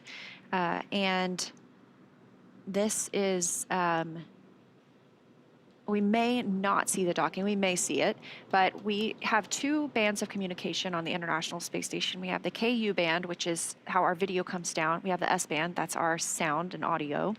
The KU band antenna, we do something called KU masking. So we send commands to this antenna to not radiate in a certain area because it could reflect off of Dragon and the International Space Station. So we don't want that to radiate onto Dragon and back on the antenna itself. It can damage the antenna. It's a higher power KU link, so we don't want to damage that antenna dish if we don't have to, obviously. It can, risk the electronics inside, any tracking sensors. So we may not see docking. There is still a possibility. It just kind of depends on the location of those antennas at the time. But if we don't have video of the docking from that one location, obviously we will still have audio communications as well as comms with the crew to let us know that Dragon has arrived.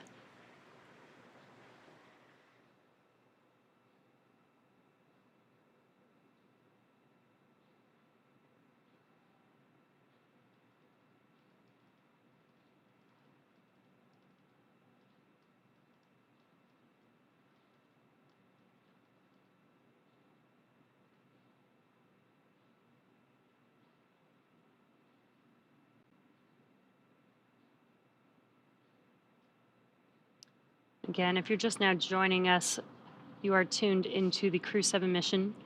The Crew 7 crew is inside of that Dragon vehicle that you see there on your screen, and they're currently making their way to waypoint 1, which we expect to reach and pass through without a hold in about 7 minutes or so from now.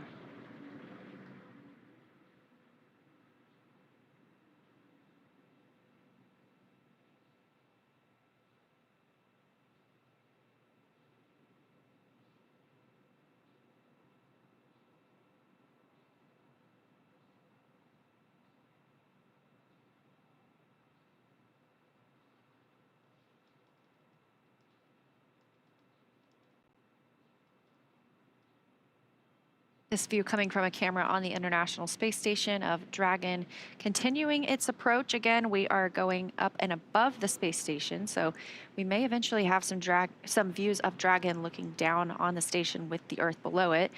We do anticipate entering an orbital nighttime here shortly. It looks about like 10 minutes till the next sunset.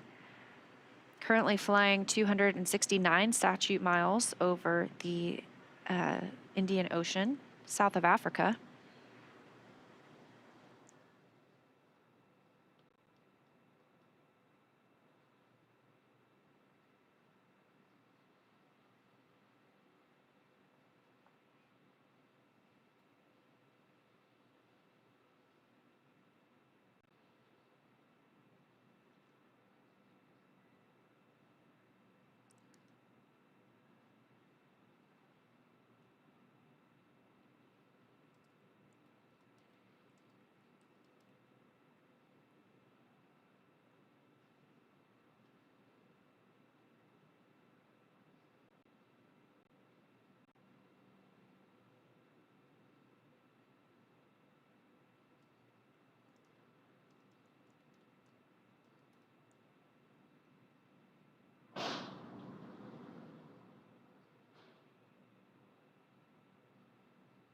Another view here from the International Space Station. Dragon is that big bright object pretty much in the center of your screen.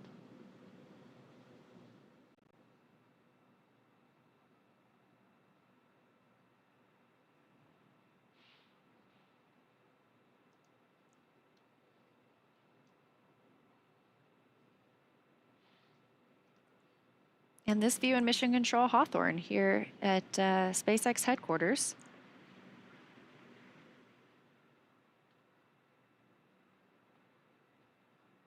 So we do see, we just had some great views of Dragon from the International Space Station. We've had views of the space station from Dragon. We use the tracking data relay satellite systems as we orbit around the Earth. So we have these handover periods when the space station's satellites are transferring essentially from one to the other, that KU band, as we were talking about, that video comms coming down. We have these short handover periods within which we're, again, switching those ground stations or the satellites, making sure we pick up shortly. So these are planned, or they're tracked, essentially. We can also extend these if needed. So sometimes we can get a little more time on a different satellite. Let's say we're on a spacewalk and we don't want to have maybe a 10-minute loss of comm.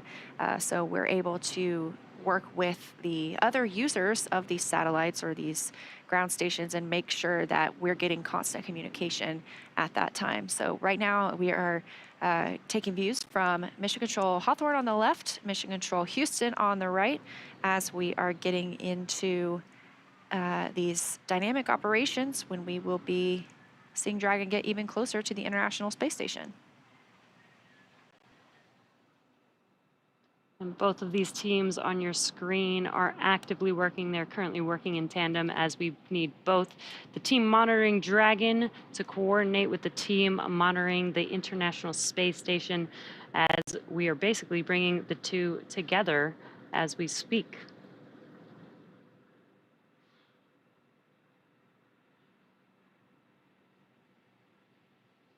So again, we do expect to get those communications back, those videos back from Dragon and from the space station pretty shortly. But we are tracking to arrive at waypoint 1. Again, we're passing right through waypoint 1 today. We didn't have the need to stop. Both teams polled that they are go to pass through and head to waypoint 2. But we're expecting to see or hear that call out of waypoint 1 in just a couple of minutes. Again, we're tracking Dragon SpaceX on the big loop, approach 1 and soft capture ring extension will begin shortly, and then expect Dragon to continue approach to waypoint 2. SpaceX, Dragon, copies all.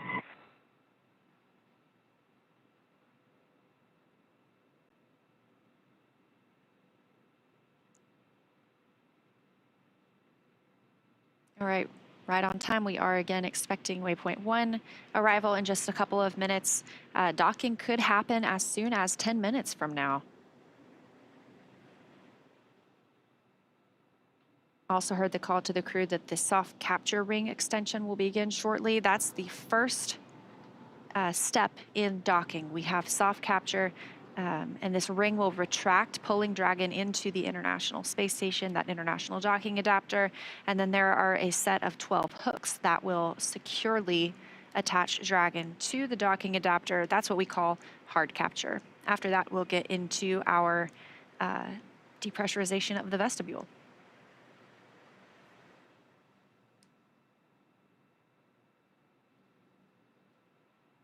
Also, a part of docking is where the Dragon spacecraft will actually connect an umbilical, set of umbilicals, to the space station, basically provide power to Dragon while it's on the International Space Station.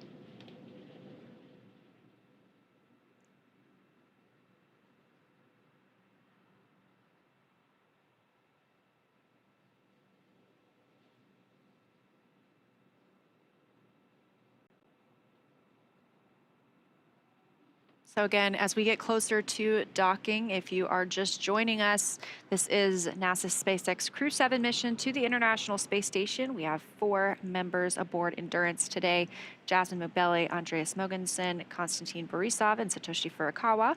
They are scheduled for about 10 minutes from now to arrive at the International Space Station, reaching waypoint 1 here, about 220 meters directly above their docking port. So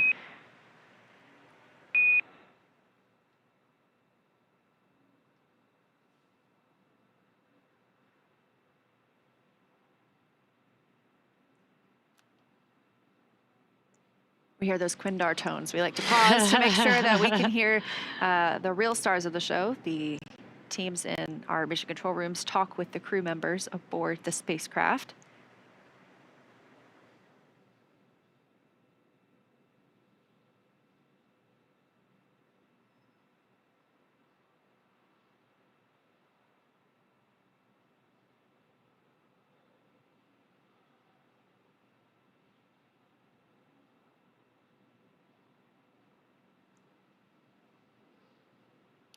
We did expect to pass through waypoint 1 at 5:59 a.m. Pacific time. So that may be why they may be trying to establish comms here. We'll see if we can get an update here shortly. Yeah, that's our crew. That's Crew 7. They will be arriving here just within the next 10 minutes, potentially. We have on the left, from the left, Jasmine Mogbelli, NASA astronaut and the commander of Crew 7. To her right, pilot Andreas Mogensen. Next to him is Satoshi Furukawa, JAXA, Japan Aerospace Exploration Agency astronaut. And on the far right, Konstantin Borisov of Roscosmos. Station, Houston on the Big Loop.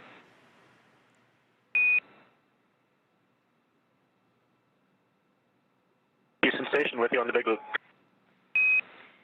Okay, Woody, we're ready for you to monitor approach per step 3 of 1.102 Dragon approach and retreat monitoring. Let us know when your review is complete and you are ready for docking. Amy, I copy. Monitor approach per step 3. Review of steps 5 and 6 is complete, and ISS is ready for docking. Welcome, Crew 7. Excellent, and for your awareness, at waypoint 2, Dragon will briefly pause to align for docking and then automatically resume approach. Station copies.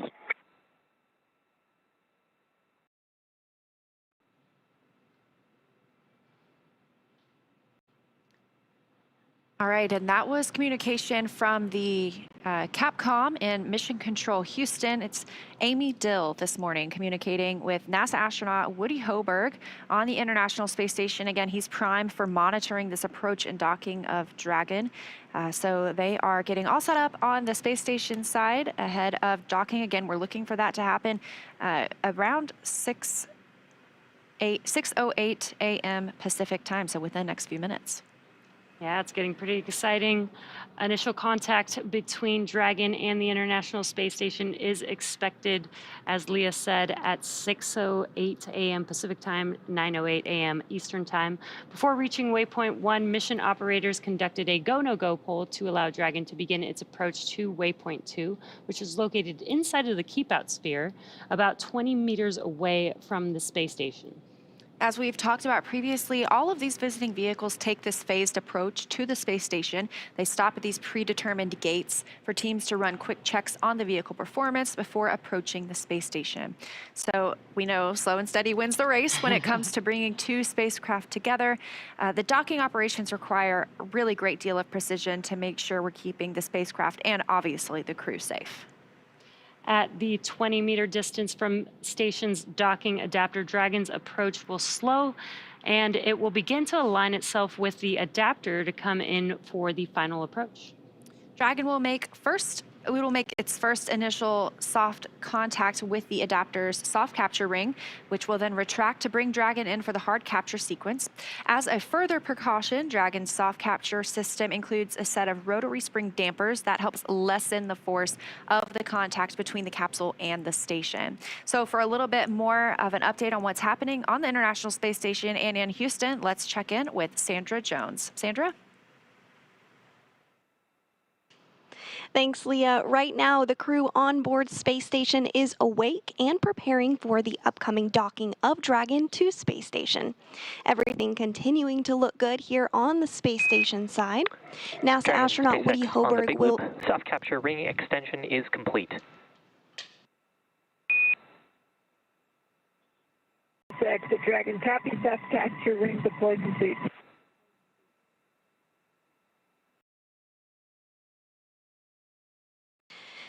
Good words there up to the crew. So as I was saying, Hoburg will be in the station's cupola using special software to track Dragon's approach and make sure it stays in the expected zones. Hoburg will also be primed for hatch opening operations once Dragon is docked. He'll start by opening the large hatch on node 2 Zenith, which will give him access into the pressurized mating adapter. The crew will then have to pressurize the vestibule, which is the small space between the hatches on Dragon and Space Station. And This Dragon was exposed SpaceX to on the Big vacuum Loop prior to ground docking. has pulled go for approach 2. Please confirm visors are down and that you are ready for docking.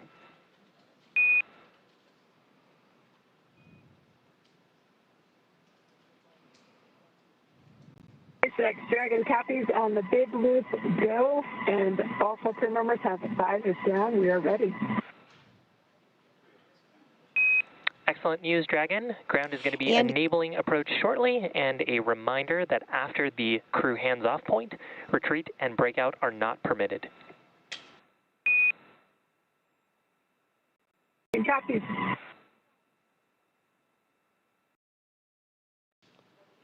And great calls again up to the crew, letting them know everything is going smoothly. We're getting really close to docking, just confirming that they have their visors down and they can be in that configuration ahead of docking. So everything good here from the space station side. I'll toss it back over to Hawthorne so that you guys can give us an update on your end. Thanks, Sandra. And we did hear the Corps also call out that CHOP, which is the crew hands-off point. Basically, that means that the crew must be hands-off. In case of any aborts that happen during that time, it will be done by Dragon. Now, waypoint 2 is up next, and that will put Dragon only 20 meters away from the space station. From here, the spacecraft will focus on aligning its docking system with the International Docking Adapter. Yeah, so we're getting pretty close. Right now, it looks like we are about 80 meters from the International Space Station. Again, we did not stop at waypoint 1 today. We just kept on moving through that 220-meter mark. We will hold briefly at waypoint 2. That just gives us a chance to do any final checks, make sure everybody's go before moving in for docking. Additionally, we heard previously that the soft capture ring is extended. That's what's going to make first contact with the International Space Station. It will then pull Dragon into the International Space Station's International Docking Adapter before those 12 hooks begin to do that hard capture sequence, really securely securing it to the spacecraft.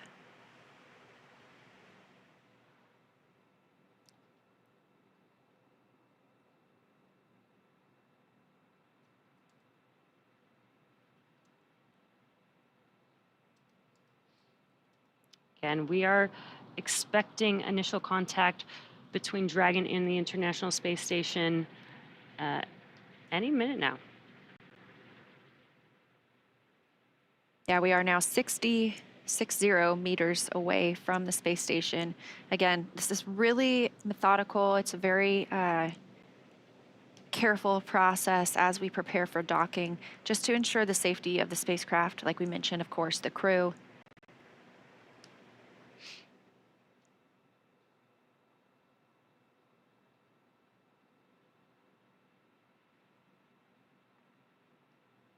And again, we do not have views from the International Space Station at this time, but we have good confirmation that Dragon is on the docking axis, continues to move in as planned. Sometimes we don't have these views as we are moving from satellite to satellite in the Tracking Data and Relay Satellite System known as TDRS. Additionally, sometimes we just don't have great views because it's nighttime on the space station. You know, we see sunrise or sunset every 45 minutes. They are in an orbital nighttime at this point. The International Space Station flying 265 statute miles south of Australia. Dragon now 40 meters from the space station, continuing to approach waypoint 2.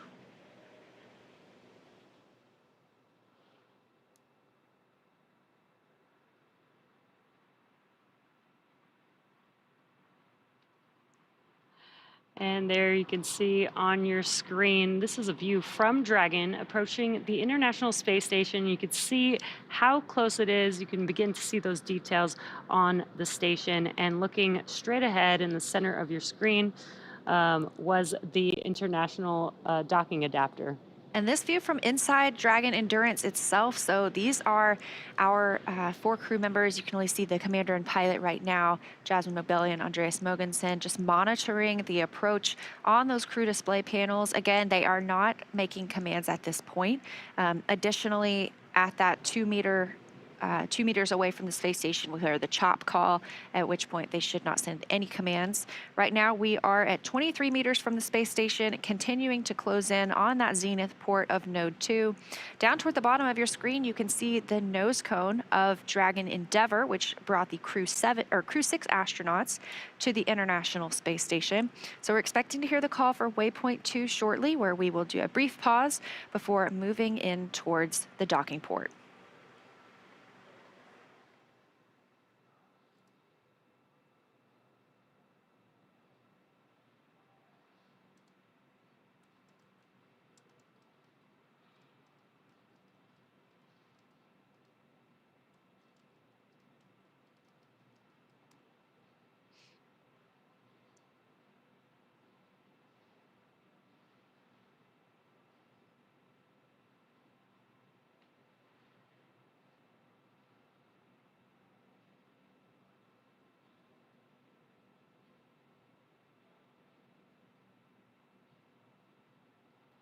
Also, a cool thing in this view is Dragon is now directly above the International Space Station, and you can tell in the view because you can see the clouds on Earth in the background.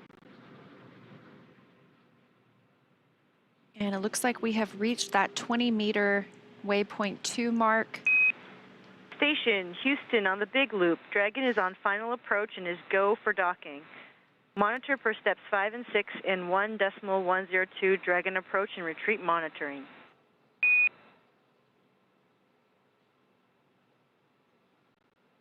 Houston Station copies all.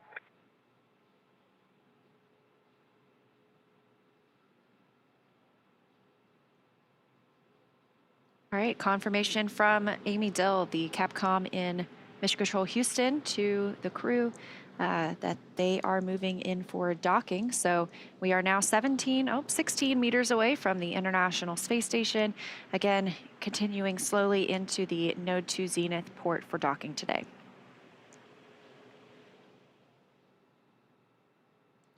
It's such a cool view. It almost feels like we're on Dragon approaching the International Space Station.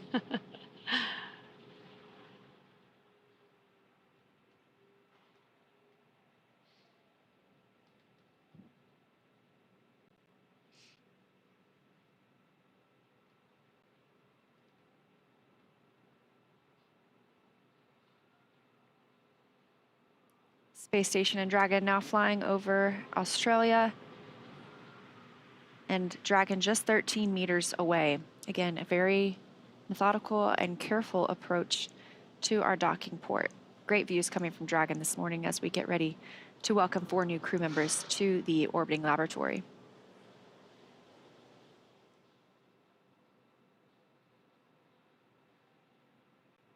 Dragon is at 10 meters. Copy, 10 meters.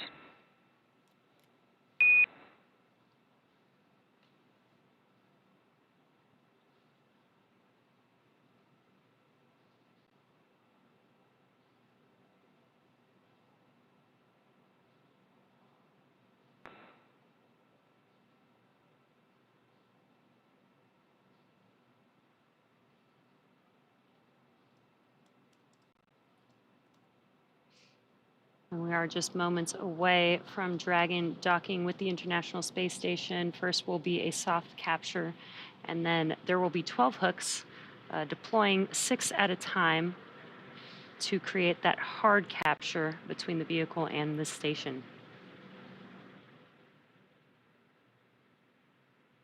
Dragon now just 7 meters away, now 6 meters away from the Node 2 port. 5 meters.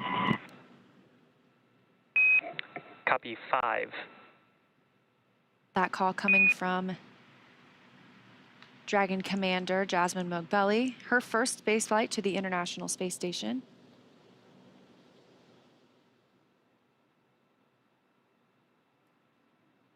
Standing by for the call of crew hands-off point, or CHOP.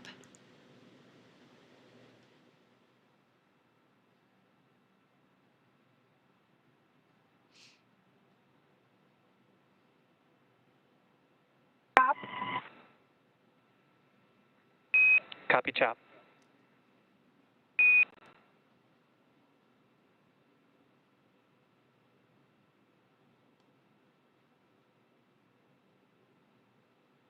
1 meter.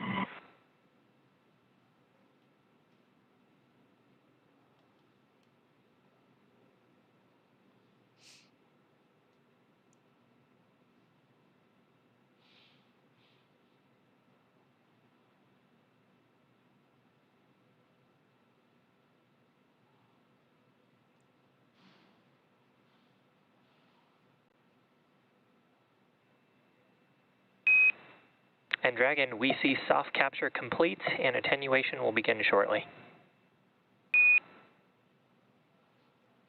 Dragon copies. And contact confirmed. 6:16 a.m. Pacific time. 261 statute miles over Australia.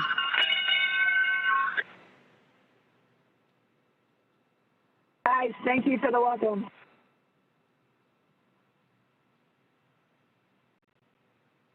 And that welcome coming from the crew aboard the International Space Station. Endurance has arrived with its international crew. They will begin the hard capture sequence shortly, but we are now up to 11 crew members on the International Space Station after they float through the hatch this morning. And on the big loop, ring retraction is in progress.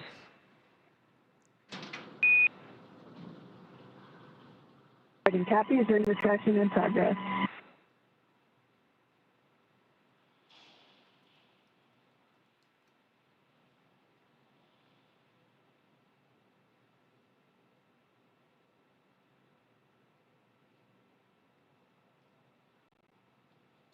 Now, again, we don't have views right at this moment of Dragon on the International Space Station, but we did see that docking again at 6:16 a.m. Pacific time as the International Space Station and Dragon were flying 261 statute miles over Australia.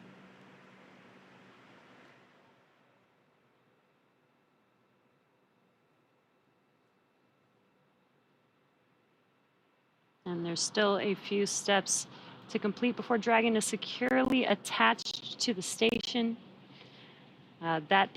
We've now done the soft capture, but then there will be the completion of the soft capture ring retraction, as well as hard capture sequence beginning, and then finally hard dock completing. And again, that will require 12 hooks to deploy. Again, 6 at a time will deploy to make that hard capture completion. Of course, once we have a successful hard capture, it still is going to take a little bit before we see our crew members float through the hatch into the International Space Station and officially bring us up to that total of 11, at least for about the next few days or so.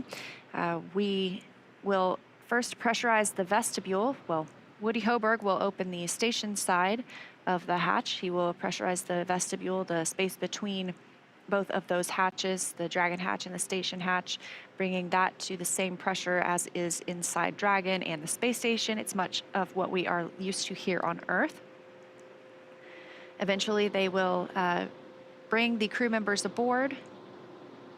Again, they will give us a welcome ceremony. We'll get to see them and hear their first remarks about their visit to the space station, maybe what the ride was like.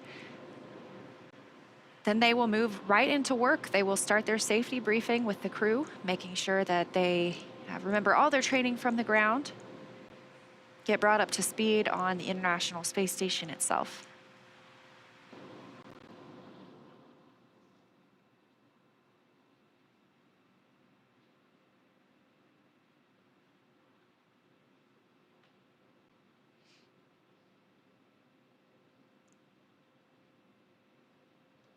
This is Dragon Endurance's third visit to the International Space Station, first on Crew 3, then with Crew 5, now Crew 7. It joins Dragon Endeavour, both docked to the Node 2 module, also known as Harmony.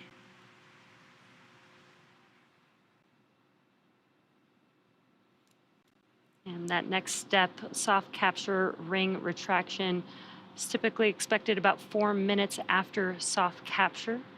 So we should... And Dragon, ring retraction is complete. The docking sequence is holding for MCS reconfiguration.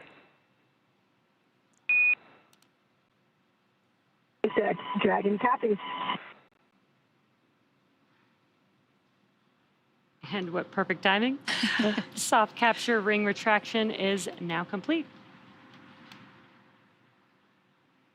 As you mentioned earlier, during this time, we're also connecting an umbilical from Dragon to the station. Dragon has been using power generated by its solar arrays, also battery power.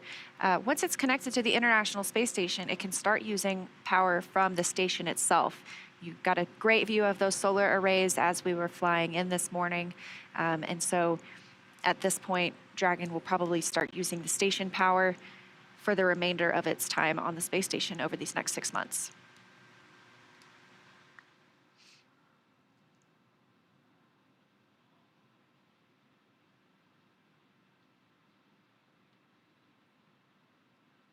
And again, we do have soft capture complete for Dragon Endurance. We are standing by for the start of the hard capture sequence.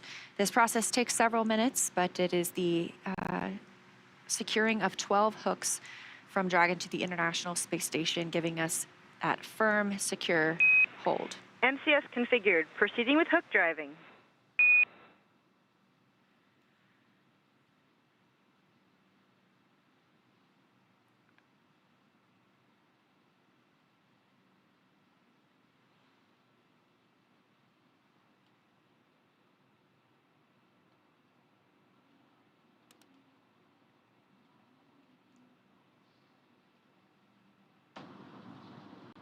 And we did hear that call out, proceeding with hook driving. That is the beginning of the hard capture sequence. Again, as Leo was just mentioning, there will be 12 hooks, and they will deploy 6 at a time. So there'll be 6 hooks first. Once those are fully latched to the International Space Station, then the next set of 6 hooks will begin to deploy. And this process should take a few minutes, about 4 minutes or so, until hard docking is complete.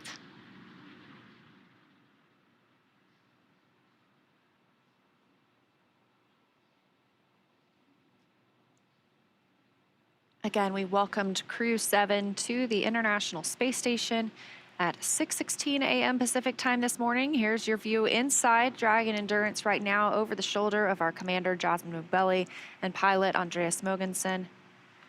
It was Mogbelli's first trip to the International Space Station and Mogensen's second.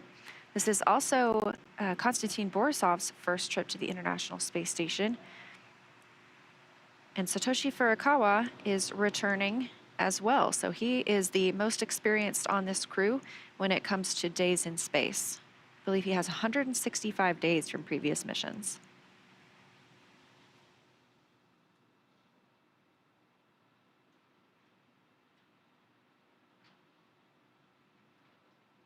This is the view that we saw as we were preparing for docking.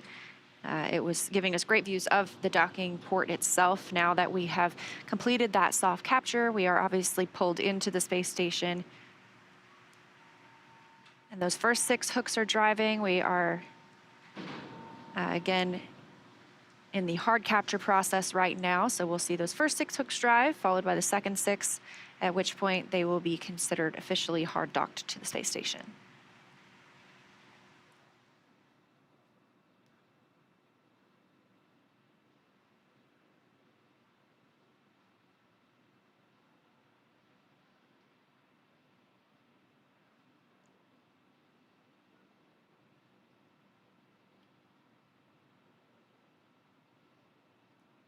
We're getting some good progress on the hooks driving. It looks like the second 6 are now starting to drive.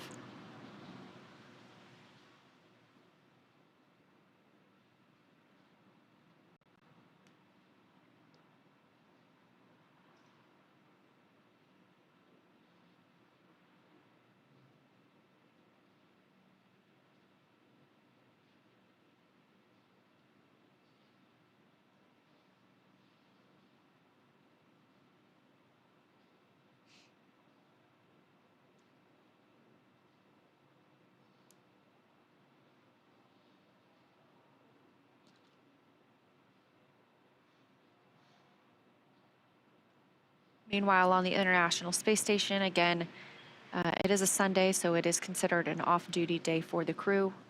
The 3 cosmonauts currently on board are eating their midday meal. Meanwhile, Woody Hoberg is monitoring Dragon's docking. He will eventually assist with the pressurization of the vestibule, the hatch openings, and welcoming the crew on board.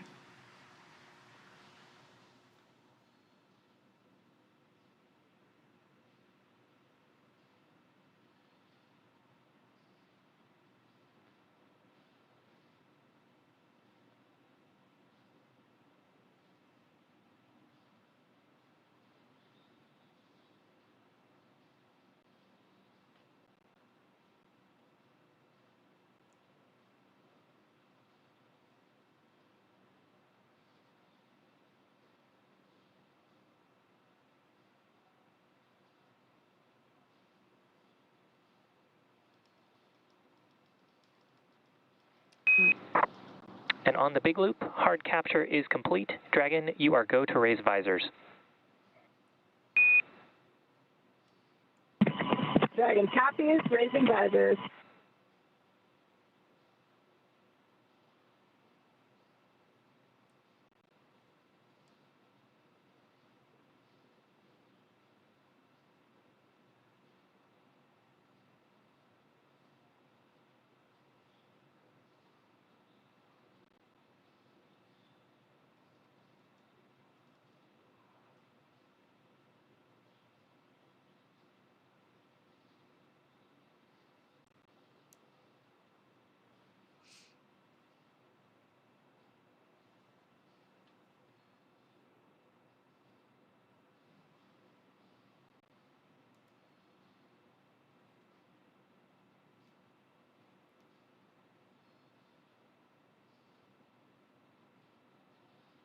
And if you're just now joining us, you are tuned in to the NASA SpaceX Crew 7 mission.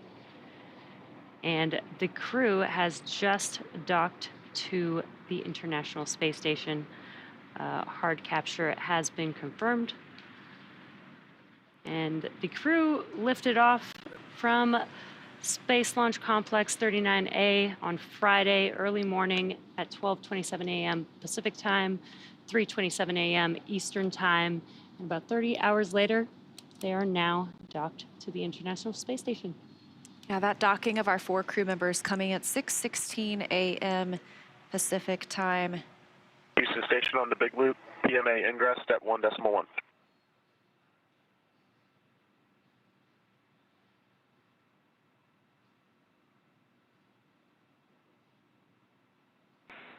And Woody, we're not quite ready for that step yet. We'll let you know when we are.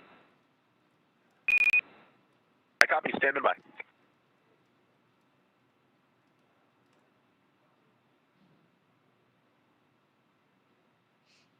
Again, those comms coming from Mission Control Houston, the Capcom there, speaking with Woody Hoberg aboard the International Space Station, who's been monitoring the approach and arrival of Dragon, as well as the pressurization at the vestibule, the hatch opening that we'll see over the next couple of hours. Docking came this morning at 6:16 a.m. Pacific Time, 9:16 a.m. Eastern Time, as the spacecraft and the International Space Station were flying over Australia. We've again seen completion of soft capture as well as of hard capture. And on the big loop, docking sequence is complete. Dragon, welcome, Vilkom, Yokoso, Dobro Aza Lovat to the International Space Station. ISS from Dragon on the big loop. Thank you so much. I have to keep reminding myself this is not just a dream. Thank you to the entire SpaceX team, to those who worked on the Falcon 9, on our Dragon, and even on preparing us, especially our training lead, Paul Weiss. We had to keep reminding ourselves that when we open that hatch, we're not walking out into the training center. I'll hand it over to Andy for a few words. Yeah, I want to thank everyone at SpaceX as well, including everyone at our respective partner agencies for getting us this far. You know, this is the first step of the journey. The real mission begins now on board the International Space Station. We have a lot of exciting work ahead of us that we look forward to. And thank you to everyone at our agencies for preparing us. We look forward to getting ready.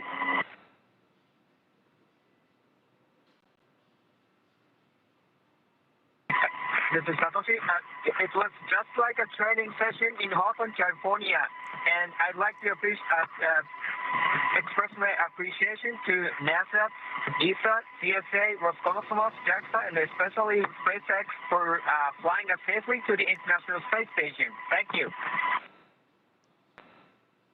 Thanks all. It was exciting. Like my friend said, it was really, really close to what we have experienced during the training. We just had to remind ourselves that it's happening for real. Very excited, very happy to be on ISS. Looking forward to opening that hatch. Thanks all the agencies. Thanks Paul. Thanks the team. We're really excited to be here. Thanks SpaceX for this marvelous vehicle. Thanks.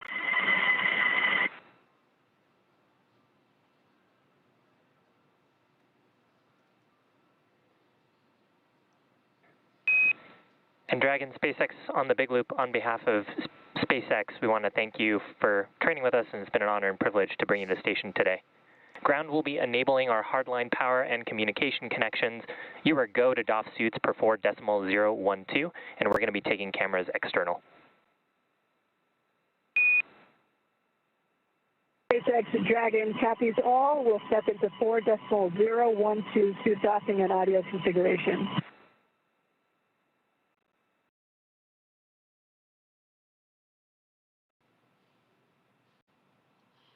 And some awesome words from the core. Our core here, Shiva Bharavaj, speaking in every language to the crew, which was pretty awesome, welcoming the crew to the International Space Station. The crew also saying some amazing, kind words. That was really awesome to hear. Now that Dragon has completed the docking sequence, the spacecraft must undergo a handful of checks before we will be able to open the hatch. The crew on board Dragon will now get a chance to get out of their suits before moving into hatch operations. That's right, and things will begin picking up inside the station too as NASA's Woody Hoberg gets the hatch on the station side ready to be open, starts pressurizing that area known as the vestibule between the Dragon and station hatches. So with Dragon docked, that's going to do it for us here in Hawthorne, but our coverage for Crew 7 doesn't stop here. If you stay tuned, we'll have NASA's Sandra Jones in Houston continuing to walk you through the pressurization of that vestibule, the hatch opening as well. We're going to toss it to Sandra at Mission Control Houston to take us through the vestibule pressurization and hatch opening, when we'll see NASA astronauts Jasmine Mogbelli, Andreas Mogeson, Satoshi Furukawa, and Konstantin Borisov float into the International Space Station. But first, let's quickly recap how they got there. They suited up in the suit-up room and rode in the Teslas on the way to the pad, to their launch site. They've then ingressed the Dragon vehicle and lifted off from Kennedy Space Center at pad 39A at 3:27 a.m. Eastern Time on Friday morning.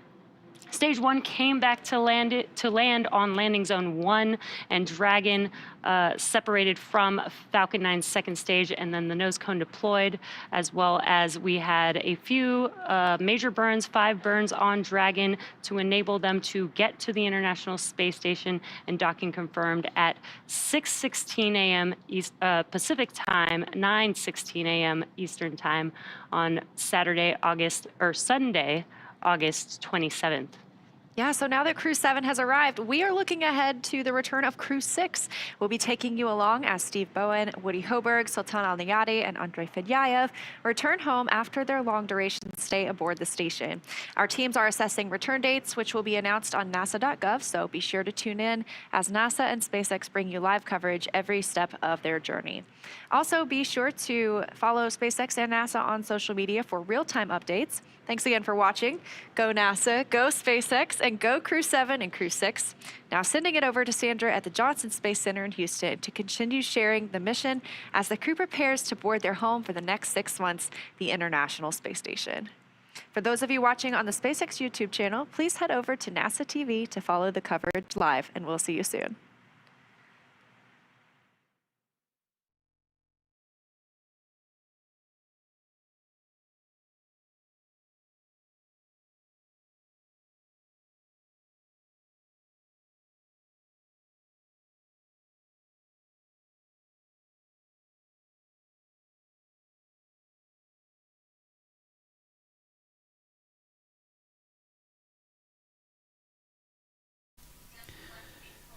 Yep. Don't go anywhere, folks. We're still going to be continuing. They're just basically saying that NASA is going to be taking over the commentary at Hawthorne. They've just stopped their broadcast. That's all. Yeah, stick around. Oh, hang on. We seem to. I think NASA are carrying on. Anyway, I'll check that out and see what's going on. Welcome to America's spaceport, the Kennedy Space Center in Florida, where a Dragon spacecraft sitting on top of a SpaceX Falcon 9 rocket will launch Crew 7 to the International Space Station. You can see Jasmine Mogbelli there with her visor down. And the suit inflated, right? Exactly, yeah. So she is in the midst of her... Yeah, it just looks like a preview by the looks of things.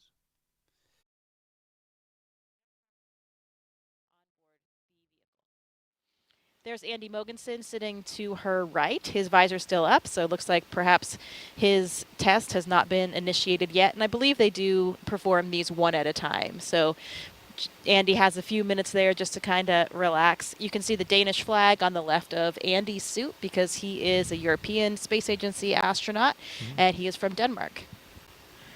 And now you're looking at mission specialist Satoshi Furukawa giving us a big wave and a big smile and the thumbs up. Last but not least, mission specialist Konstantin Borisov was selected to be a cosmonaut in 2018, and this will be his first trip to space along with Jasmine.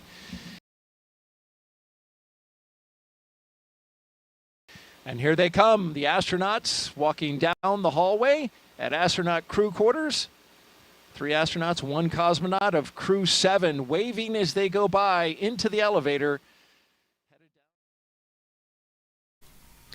Bear with me, folks. I thought they were going to continue with the broadcast on SpaceX via NASA, but I'm going to have to change the broadcast a little bit. So just bear with me for a second.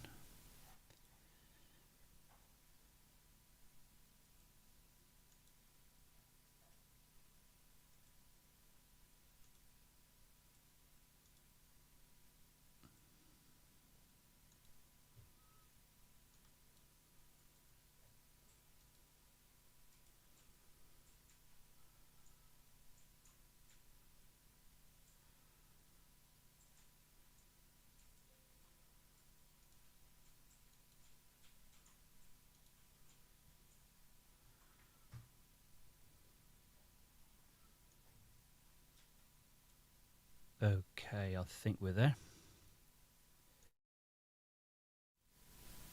There's no audio from NASA just right now, but there will be shortly, I'm sure.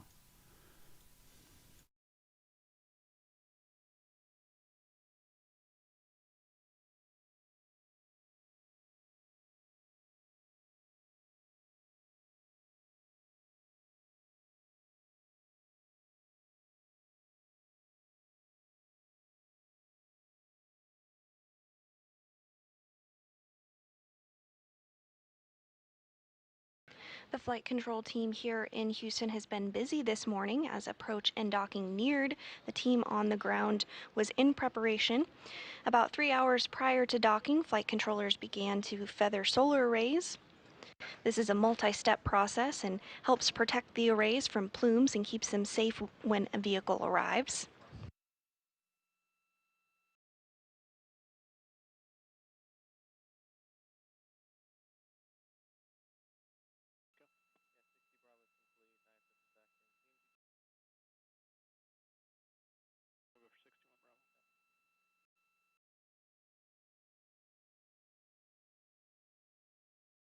Dragon SpaceX on Dragon to ground. No response required, but ISS power connection has been established. again, Kathy.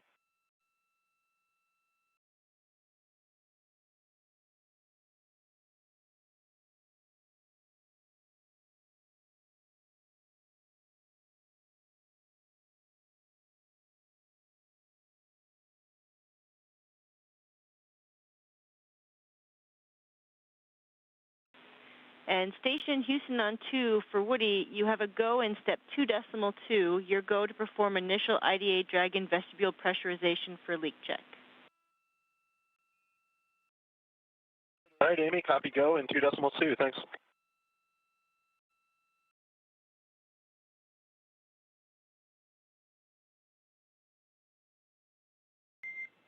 And Dragon SpaceX on Dragon to ground. No response required, but expect ISS crew to be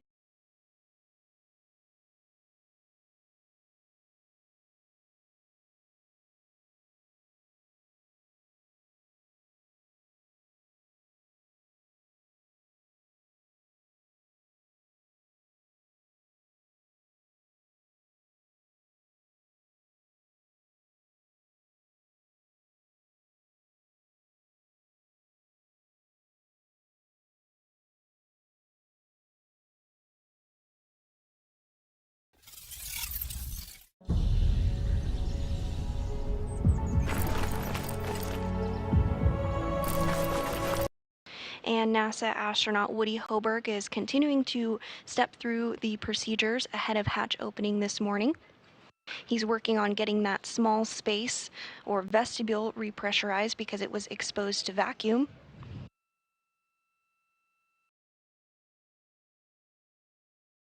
And as we eagerly await Crew 7 to float through the hatch later this morning, let's take a look at some of the science and research investigations that they'll be completing while on board Space Station. The International Space Station is a state-of-the-art microgravity laboratory that is unlocking discoveries not possible on Earth and helping us push farther into deep space. Every single day, we are answering big questions about Earth and about space, about where we came from and about where we're going. But the other thing that we're doing is we're learning more questions to ask.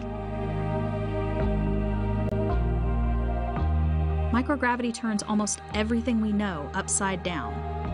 Liquids behave completely differently. Fire burns in new ways. Biological systems reveal surprises. There's a few things that have made me gasp out loud up on board Space Station. Watching heart cells actually beat has been a pretty big one. We're studying ways to grow food in microgravity. I got to tell you, these are pretty amazing. We're learning how human bodies react to life in space and how to keep crew members safe and strong on long-duration exploration missions. Deadlifts are awesome on Earth. They're also awesome in zero gravity. We're testing technologies that will be critical to our return to the moon and great leap to Mars. Our research has contributed to medical and social benefits on our home planet, allowing us to find new ways to combat disease back on Earth and develop technologies to deliver clean water to remote communities in need. The spectacular vantage point of more than 200 miles above our planet supports our monitoring of Earth's climate, natural disasters, and plant life. The orbital perspective that we have here on the ISS is just absolutely amazing. Earth is gorgeous. The growing new space economy, so vital to our continued progress in space, is flourishing in low Earth orbit. We're inspiring future generations from a platform that is one of the largest international collaborations of our time. We're doing science at 17,500 miles per hour. Come along for the ride.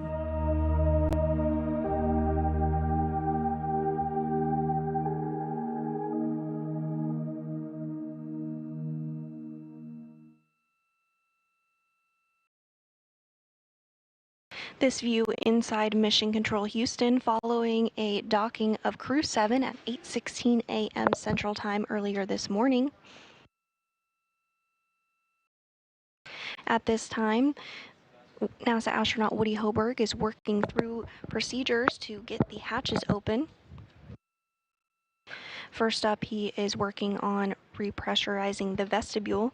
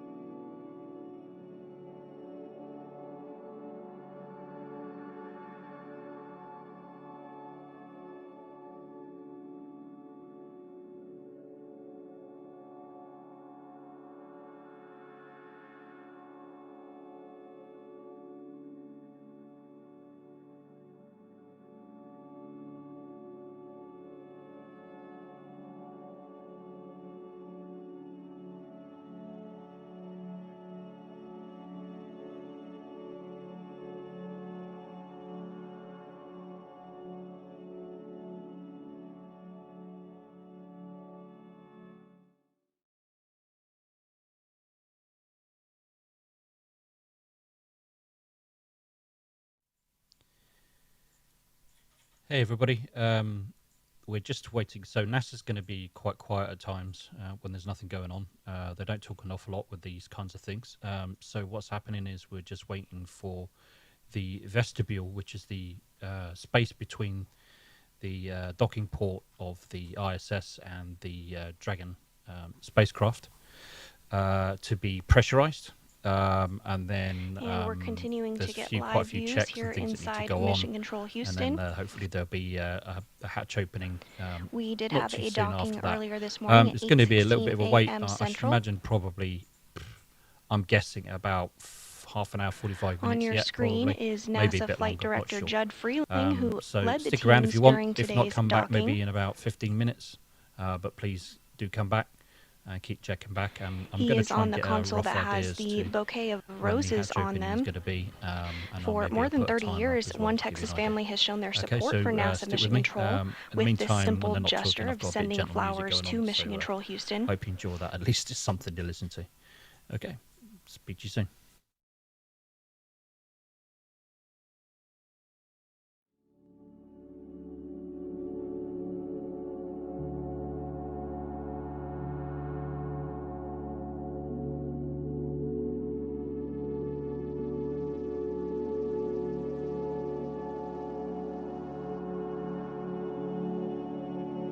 On board the International Space Station, NASA astronaut Woody Hoberg continues to step through procedures ahead of hatch opening.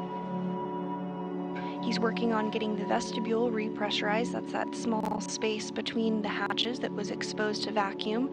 Needs to be repressurized before the hatches can be opened.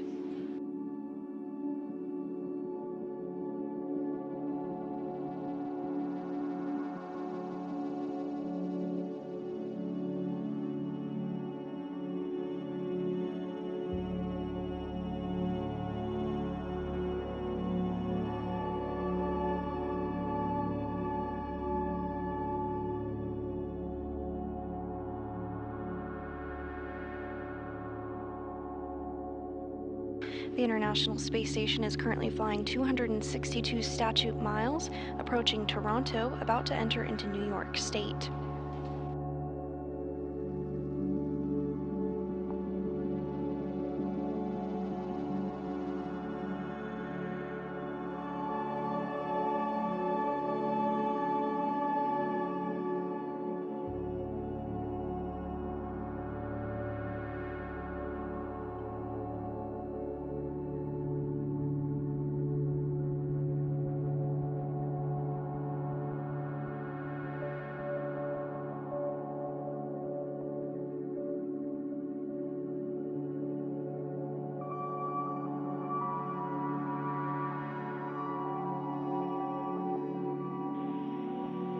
Station Houston on 2, we noticed you turned on the Node 2 camcorder, so we are going to join you on board.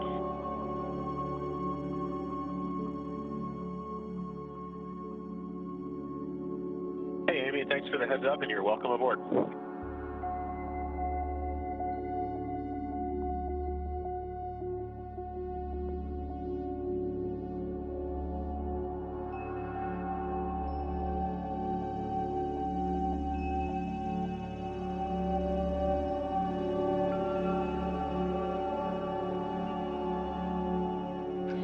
Sounds like we'll be getting some views on board here shortly as Woody Hoberg continues to step through procedures ahead of hatch opening.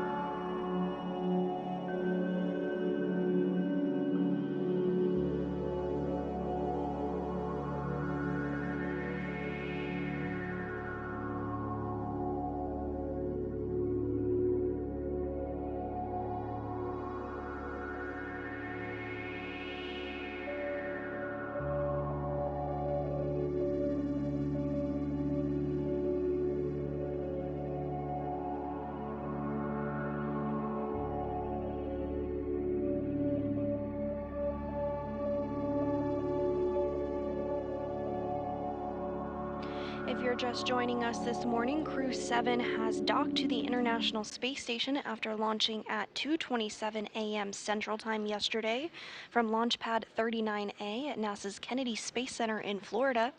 The crew of NASA astronaut Jasmine Mogbelli, ESA, European Space Agency astronaut Andy Mogensen, JAXA, Japan Aerospace Exploration Agency astronaut Satoshi Furukawa, and Roscosmos cosmonaut Konstantin Borisov docked to the orbital outpost at 8:16 a.m. Central this morning. Inside the International Space Station, Woody Hoberg is making incremental steps toward hatch opening. He's working through procedures to equalize the pressure between Dragon and Space Station, and following this, the vestibule's pressure will be brought up to about 5 pounds per square inch, and a leak check will be performed.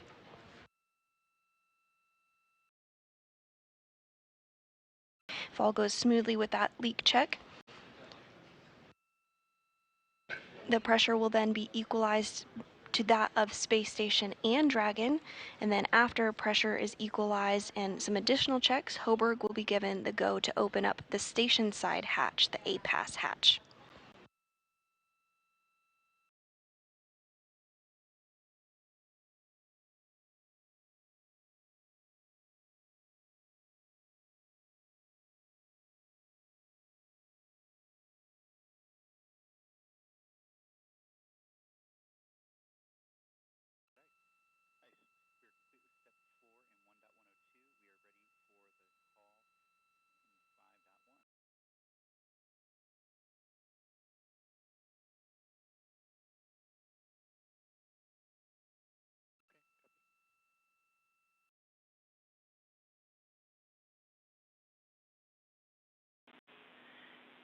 Dragon, Houston, on the big loop. Stand by for hardline audio config.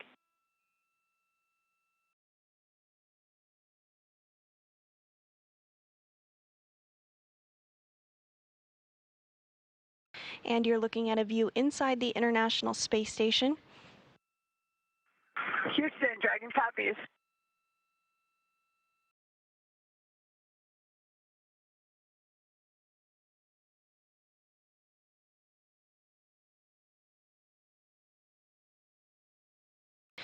We may see some views of NASA astronaut Woody Hoberg as he continues to step through those procedures ahead of hatch opening.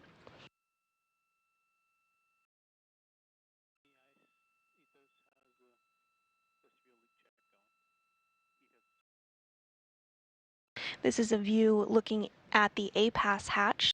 Of course, it's not quite open yet, but here shortly we will see it be able to be opened up once all those pressure checks are completed.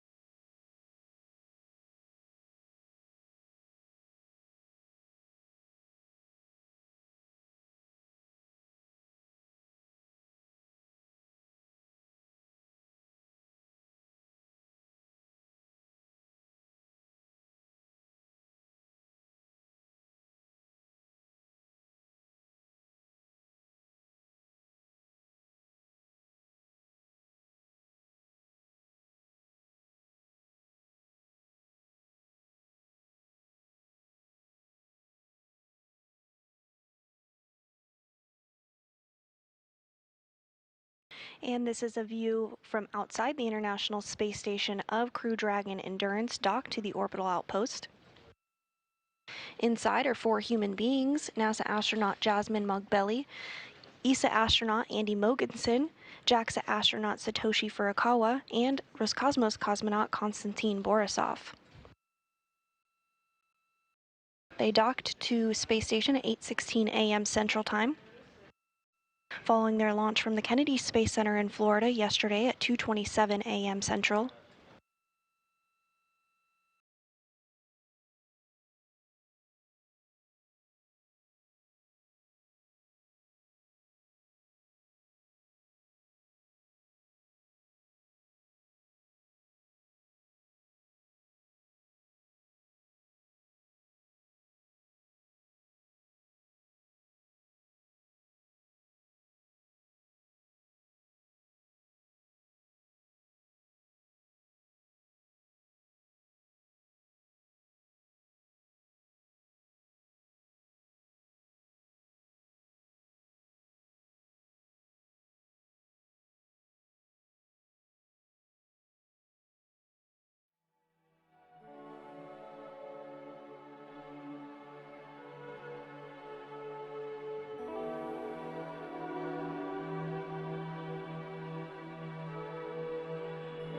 Dragon, Houston on the big loop.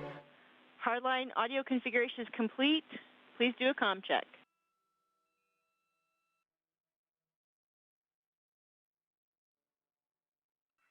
Houston, Dragon copies. I have you loud and clear. How me? And we'll do station next. Dragon, Houston, I have you loud and clear. Station, Dragon, comm check. How do you hear?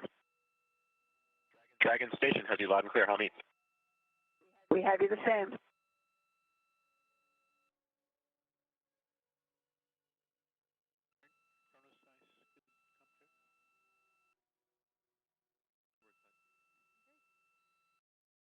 And that was a communications check between Dragon Endurance and the International Space Station. Everything checking out well. SpaceX, Dragon on the big loop. Suits are drying. Copy, Dragon. Suits are drying. And Dragon, let us know when it's okay for us to come back on board.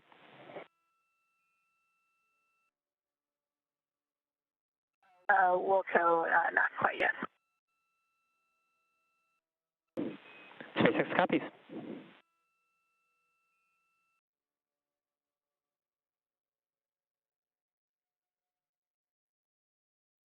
And with that call, we may shortly be getting some views back inside Crew Dragon Endurance. The crew has removed their spacesuits and has them in a drying configuration as they wait to come aboard the International Space Station.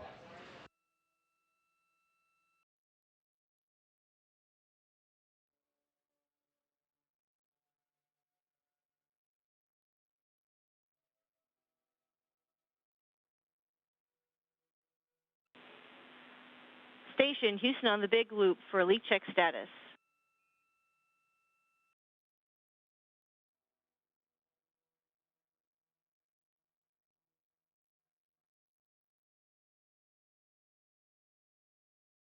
Go ahead, Amy.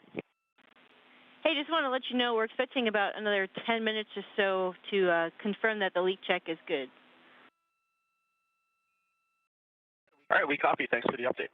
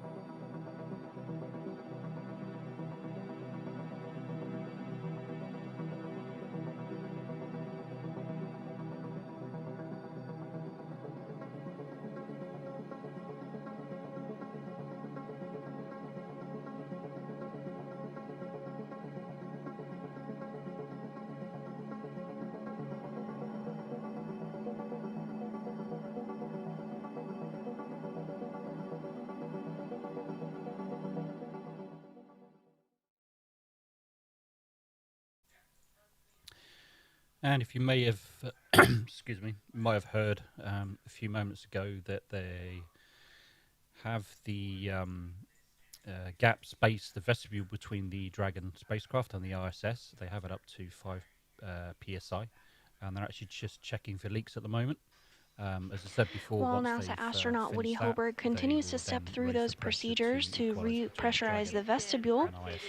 his So they're crewmates currently are just checking for enjoying leaks at a this moment day in time, off. On board and the hopefully we should International know Space Station shortly currently if are all is okay. 7 human If it's beings. not quite Those sure include what's NASA going to happen astronaut after, Frank but we'll Rubio, soon find out Roscosmos if it is or not. cosmonaut Sergei Prokopyev, Stay tuned. Dmitry Petelin, and Andrei Fadayev, as well as NASA astronauts Steve Bowen, Woody Hoberg, and then UAE astronaut Sultan Al Nayati. Once Crew 7 floats aboard the International Space Station, there will be 11 humans on board until Crew 6 departs here in a short time.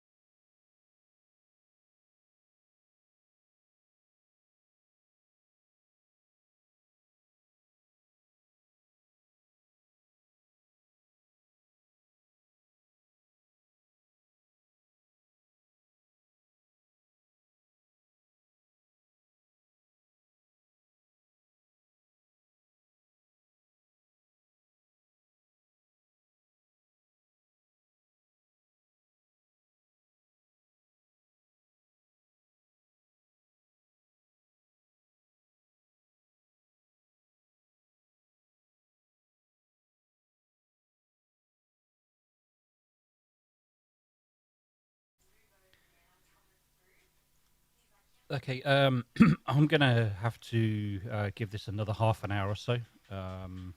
Unfortunately, I've got things I need to be doing, and this has probably gone a little bit longer than anticipated. So at about 30 minutes, I'll need to shut it down. Hopefully, we'll see the hatch opening. I mean, if it's shortly after that, I'll stretch it a little bit longer. But in roughly half an hour or so, or slightly longer, probably going to have to end the stream. So hopefully we'll see the hatch opening and we'll see the ceremony. Unfortunately, life goes on, and unfortunately I can't hold the entire day waiting for things to happen. So hopefully we'll see that happen. But I'll keep you posted in due course. Thank you.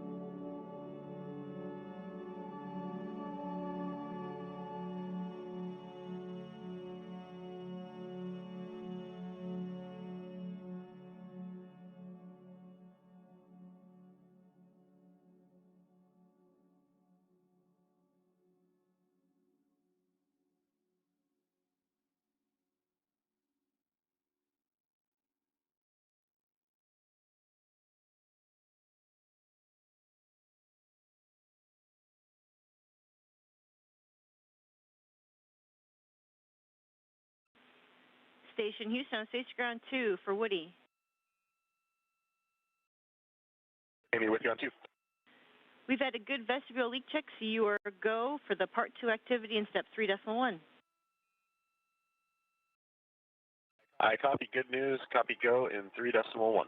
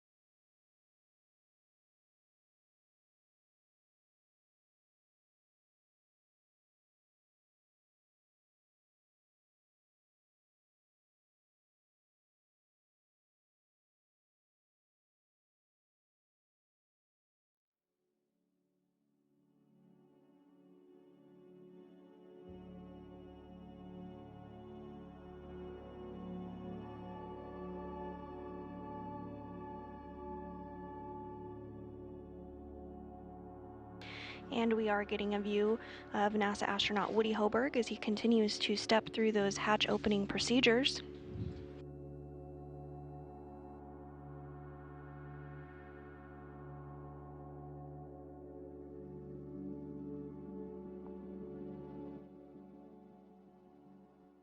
Hoberg was working to install some padding on the APAS hatch to help outfit it to protect it.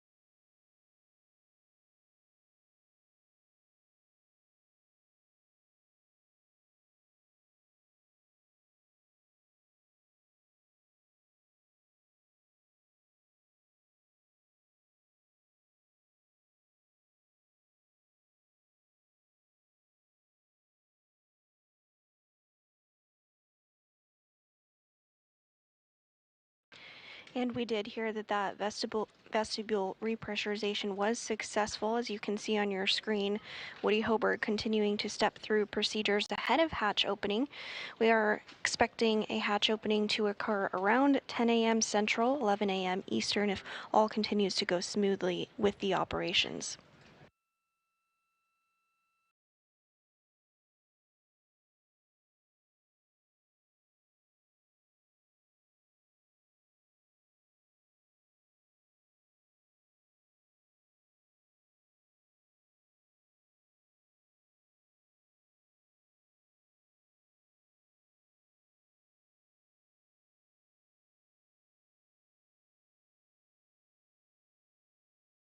And this view of Crew Dragon Endurance inside our 4 astronauts, NASA astronaut Jasmine Mogbelli, ESA astronaut Andy Mogensen, JAXA astronaut Satoshi Furukawa, and Roscosmos cosmonaut Konstantin Borisov. They docked to the International Space Station at 8:16 a.m. Central Time and are now working through procedures on their end as well ahead of hatch opening around 10 a.m. Central Time.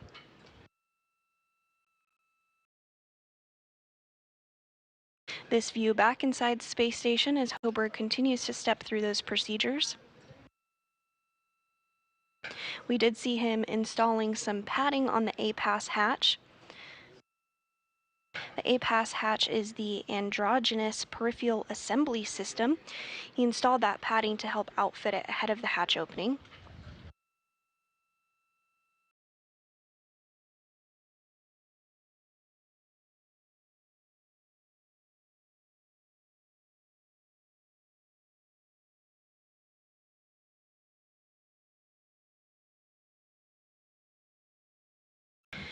And you can see him now. He has a flashlight. He's going to visually inspect the hatch, make sure everything looks good before the hatch can actually be opened up.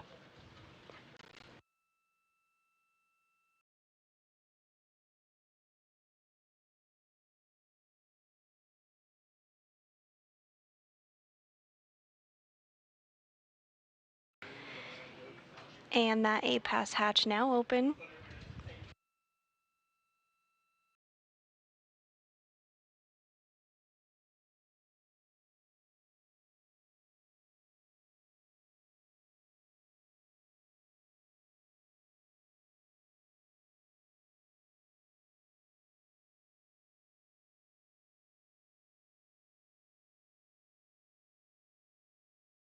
So with that A-Pass hatch open, that's not quite the end of the process here. There's one more hatch to open on the Dragon side. So the crew on both Space Station and inside Endurance are working through procedures to open up that hatch next, and then they'll welcome the Crew 7 astronauts on board.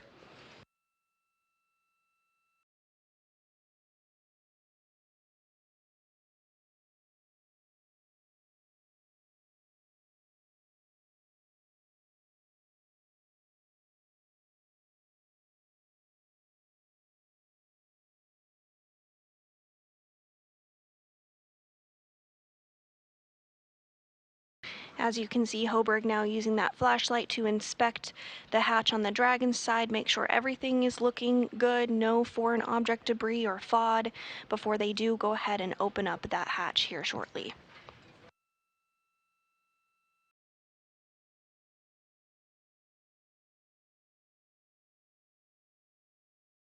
We are going to stand by for the pressure to just equal out between the Space Station hatch and the Dragon hatch.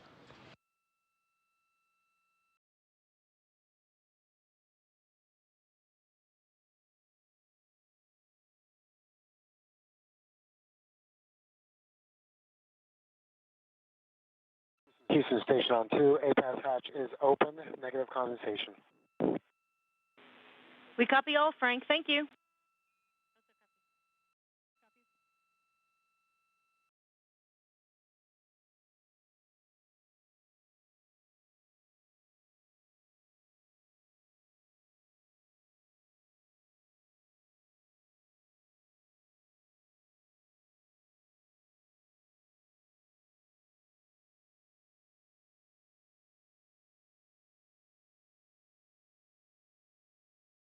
And this is a view.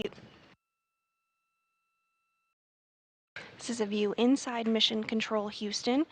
NASA Flight Director Judd Freeling, who you see on the console there with the flowers, led the team through docking operations this morning. The crew here in Houston continuing to work alongside the crew on board the space station, namely NASA astronaut Woody Hoberg, as he steps through procedures ahead of hatch opening. The APAS hatch, or the station side hatch, is now open. We're standing by for that pressure to equal out between the Dragon hatch and the station hatch before the Dragon hatch can be opened.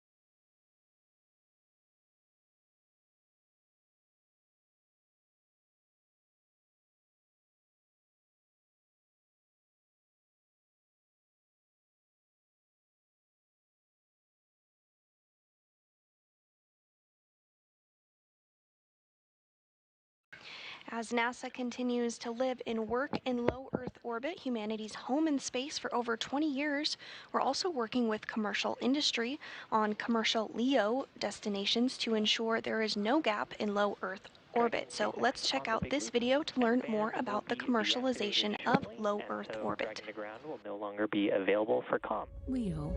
It stands for Low Earth Orbit. That's a portion of outer space about 250 miles up. And for over 20 years, it's been home to the world's most unique laboratory, the International Space Station. In this weightless environment, the space station has enabled scientific and engineering breakthroughs that just weren't possible on Earth. It's taught us more about our planet, physics and biology, and it's preparing humans to travel farther from home than ever before. And as the space station approaches its end of life, America will maintain leadership in LEO by enabling a new era of commercial spaceflight. Through the Commercial LEO Development Program, NASA is working with industry partners to develop the first generation of commercial space destinations. These will be privately owned and operated space facilities, where NASA will be just one of many customers. This new orbital economy will stimulate commerce and usher in the next generation of aerospace engineering, opening the door for scientific discoveries and private astronauts, allowing NASA to continue its critical research in LEO, supporting deep space exploration and bringing those benefits back home to Earth.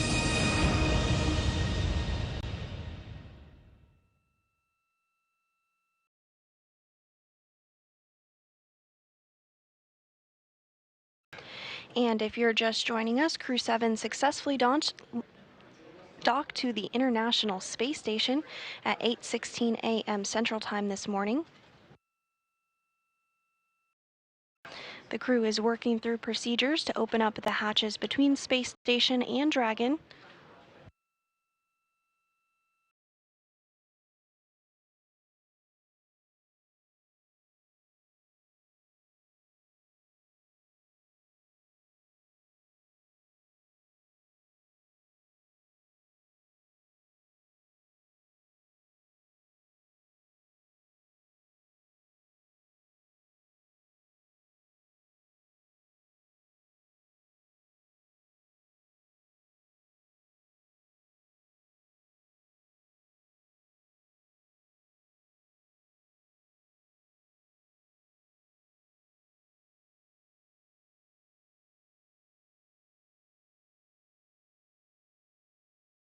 SpaceX Dragon for food and water inventory when available.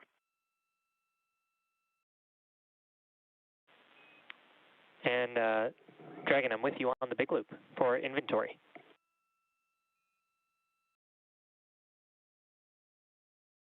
Okay, regarding water, all bottles consumed from bag 201 and 202. Regarding bag 203, 4 out of 5 bottles consumed. How copy? Copy, Satoshi. All water consumed from 201 and 202, and 4 of 5 bottles consumed on 203. Good copy. Regarding food, bag 301, 3 quarters consumed. And 302, also 3 quarters consumed. 309er, also 3 quarters consumed. 310, also 3 quarters consumed. How copy?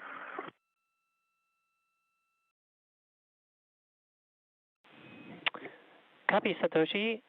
3 quarters of food consumed on bags 301, 302, 309er, 310.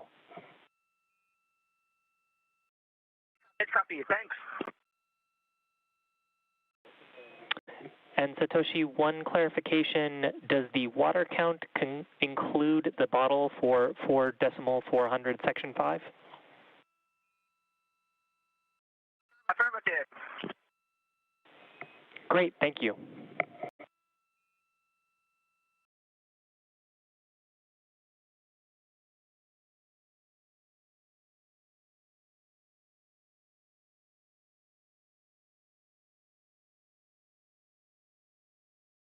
And that was JAXA astronaut Satoshi Furukawa calling down to the core about water usage that was drank on the way to space station.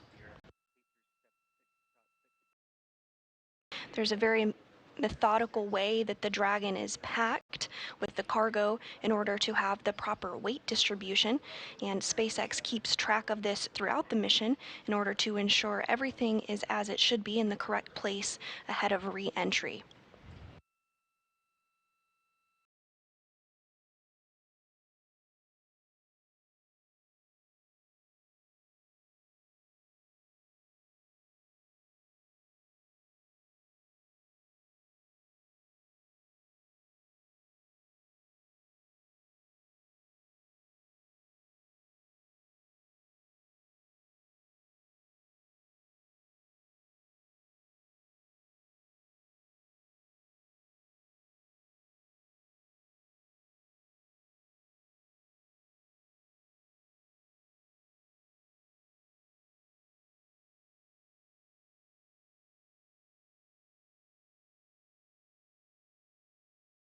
Houston and SpaceX station on the Big Loop. Station is ready for Dragon hatch equalization. Houston copies.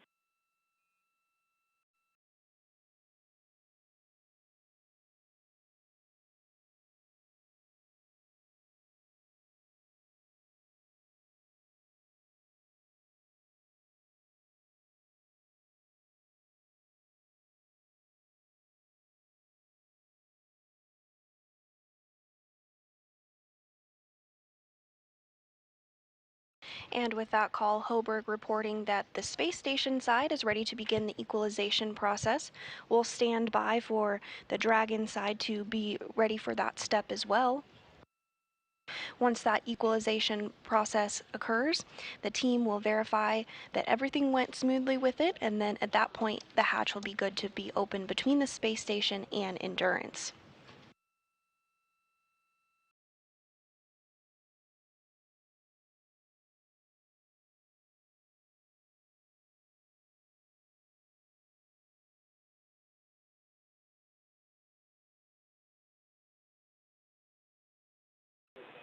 And Dragon SpaceX on the Big Loop for a couple of items.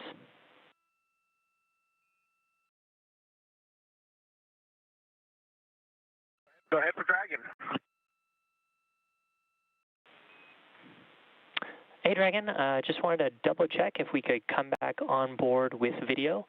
Let us know when you're ready for that. In addition, we can perform the equalization while you are completing Section 5 of 4.400. Just let us know when you're ready for equalization.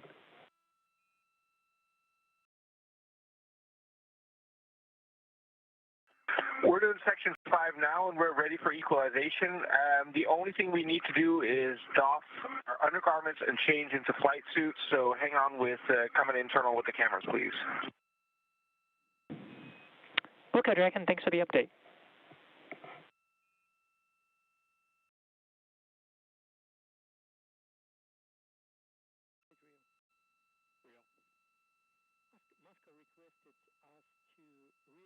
And with that call, we may expect to get views back inside Crew Dragon Endurance once the crew finishes getting changed. They did take off their spacesuits in order to get them into a drying configuration.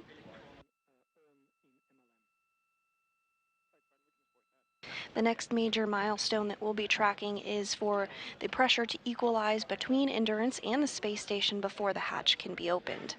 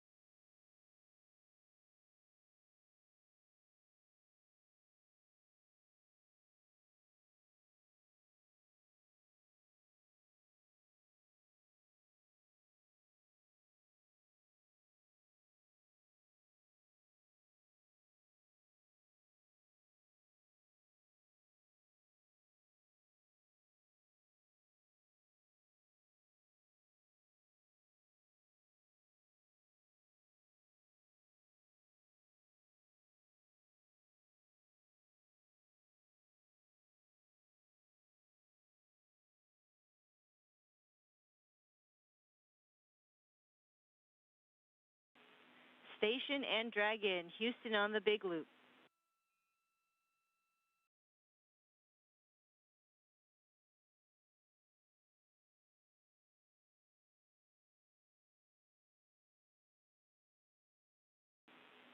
And Station and Dragon, Houston on the Big Loop. Dragon, ready to copy? Stand by for equalization. It's expecting to take 2 minutes.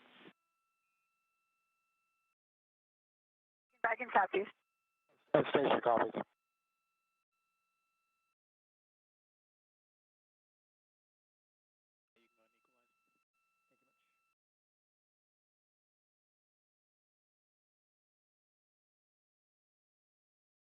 And both the station side and the Dragon side have been given the go for the equalization process to begin.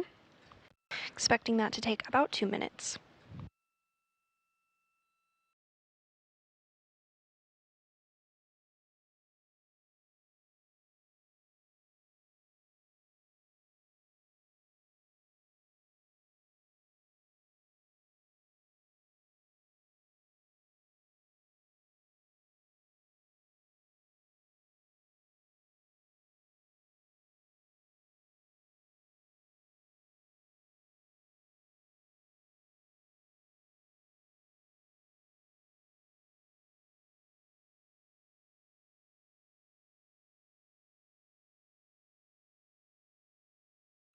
Once the pressure is equalized, teams here on the ground will complete leak checks to make sure that everything is as expected, and then the go will be given to open up the hatch.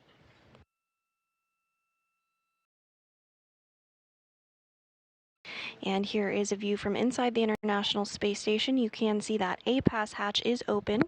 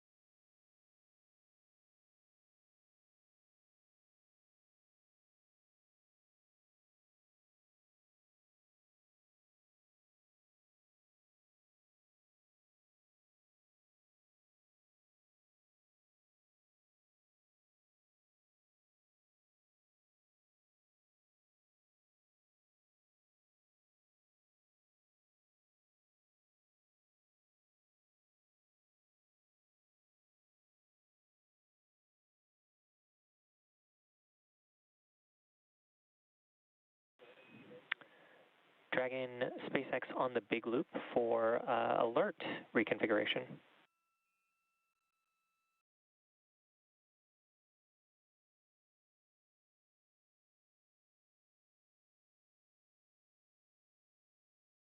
Go for Dragon.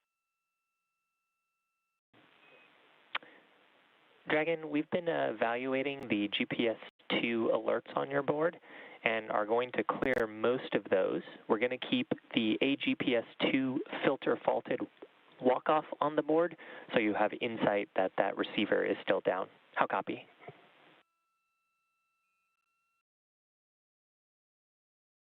Dragon copies all. Good news, and clarification, degraded performance, not hard down.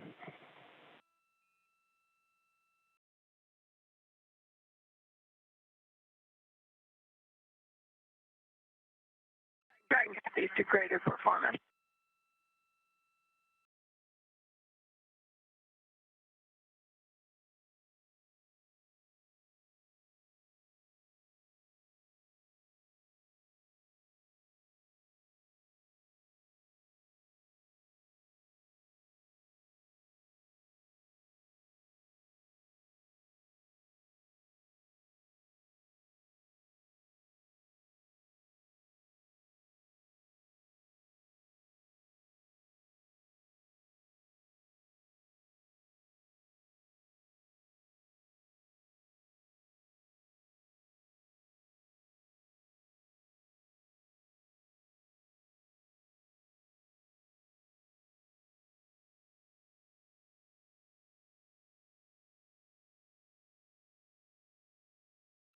And the endurance equalization process is underway.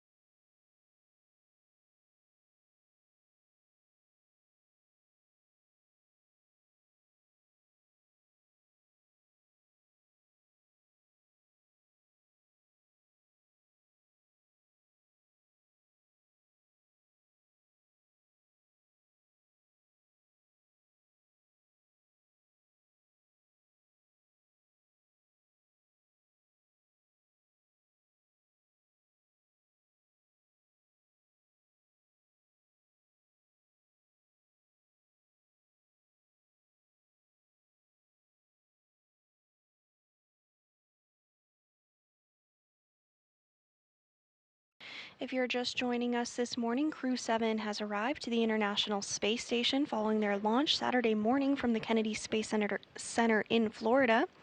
We are standing by for the hatches to open here a short time from now. The A-Pass hatch, or the hatch on the space station side, has already been opened, as you can see here on your screen.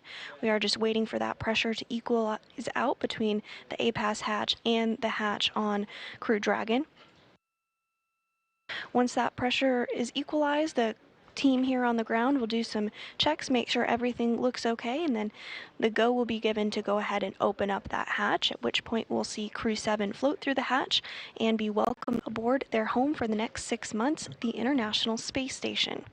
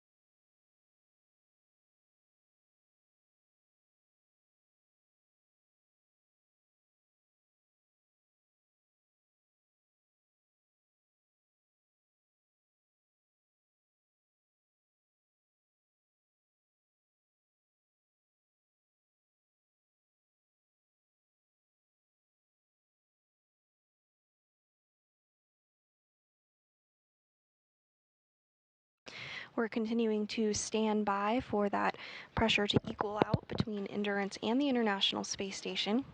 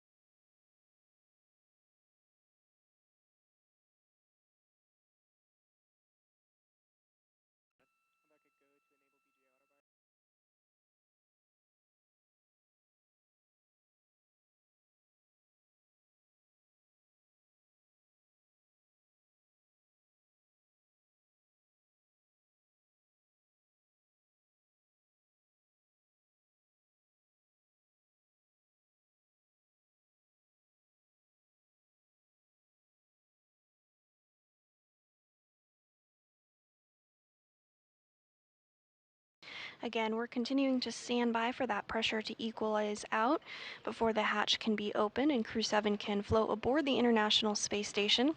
Once they are on board, following a welcoming ceremony, they will take part in a safety briefing, which is typical for arriving crew members to Space Station.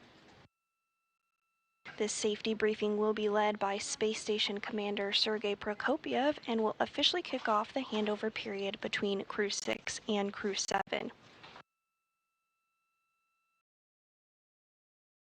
Crew 6 is slated to undock from the International Space Station no earlier than September 2nd, but this will be monitored and refined in the coming days.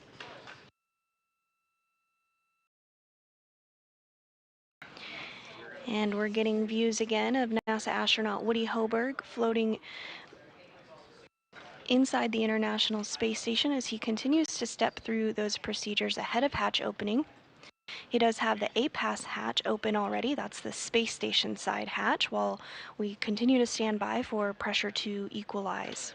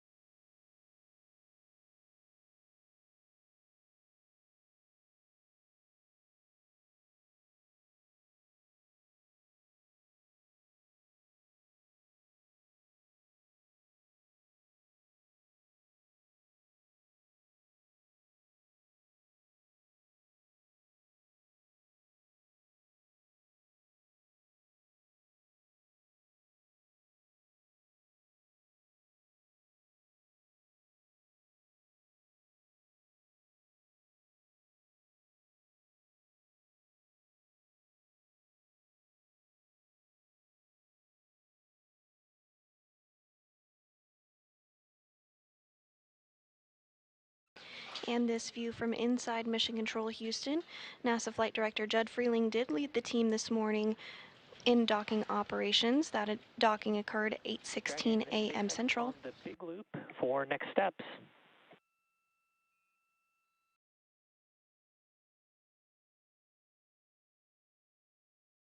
SpaceX Dragon, we are ready for next steps, and we're also ready for cameras to go internal.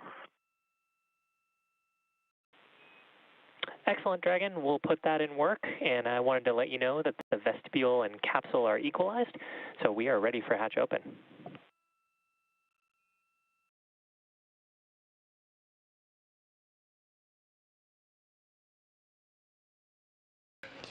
And you heard that go for hatch open. The vestibule was repressurized and everything checking out.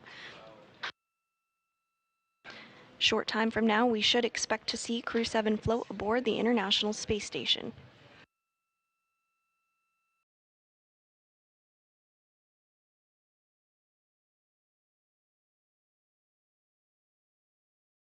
SpaceX Dragon copies, and we will go ahead and open the forward hatch at this time.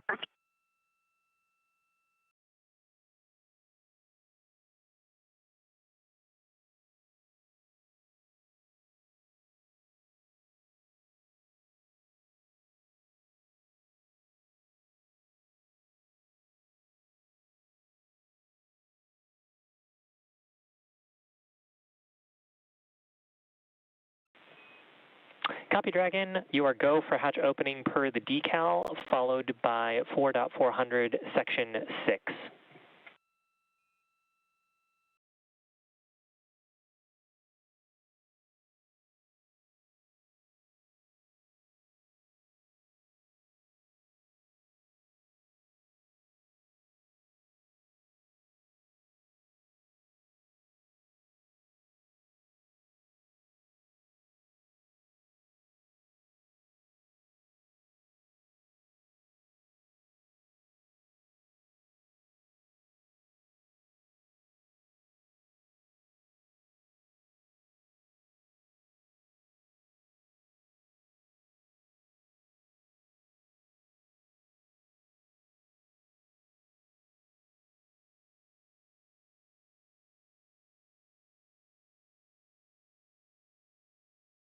And as you can see here, NASA astronaut Woody Hoberg continuing to step through those procedures ahead of hatch opening. The Crew 7 astronauts are also getting things configured and will join the 7-person crew onboard station, bringing the total crew members on station to 11 here shortly.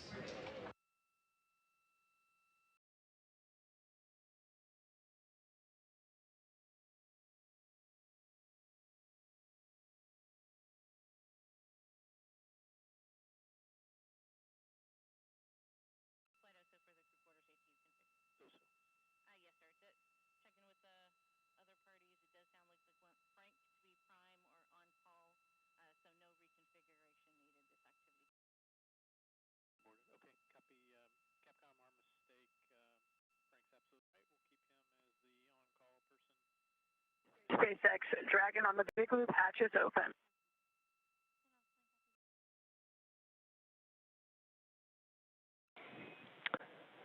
And SpaceX copies, hatch is open. And crew, if you could complete section 6 of 4.400, and then just a reminder that this starts the LIO clock. Copy completing section 6 of 4.400 and copy on the LIO clock.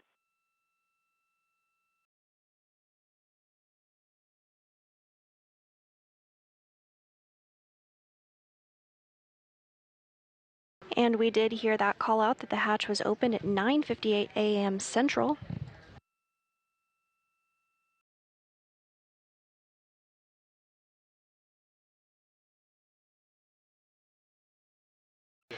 NASA astronaut Woody Hoberg is now going to work to install IMV ducting to help mix the air of the space station environment with the air inside Crew Dragon.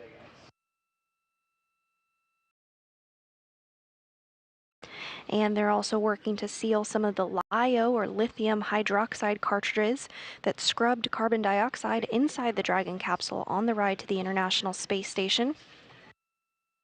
The crew will also check some vent valves as well, so it may just be... And we are getting views back inside Crew Dragon Endurance of Crew 7, first time since they've docked to the International Space Station. Great to see them on board.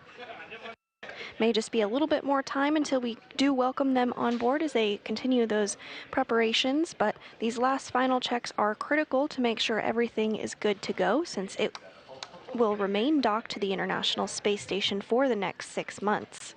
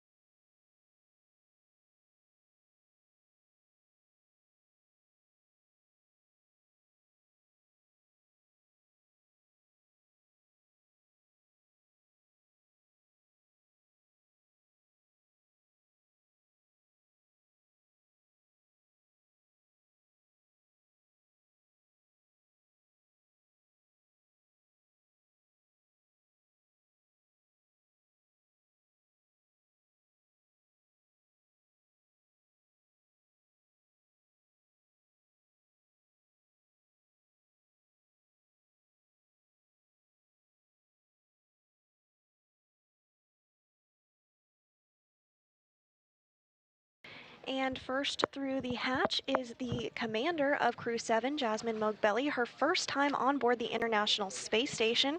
Next up we have Andy Mogensen, ESA astronaut. This is his second space flight.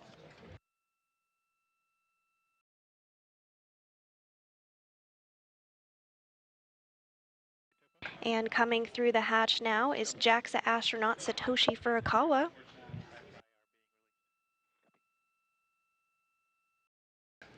This is his second mission to space as well.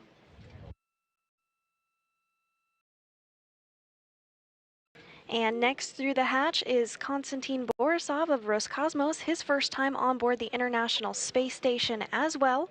And with that, Crew 7 is successfully on board the International Space Station, their home for the next 6 months.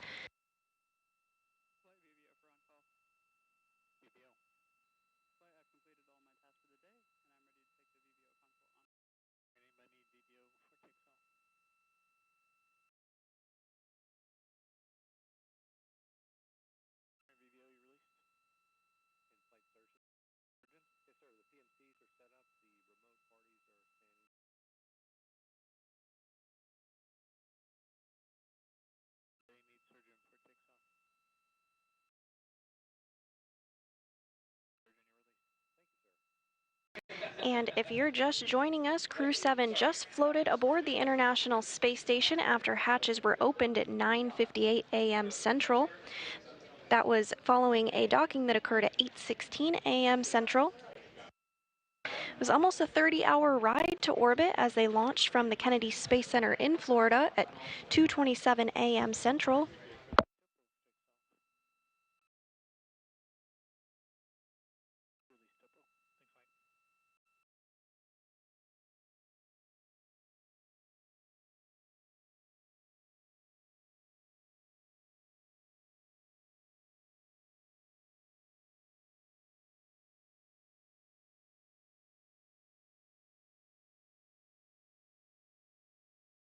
And you can see lots of excitement there.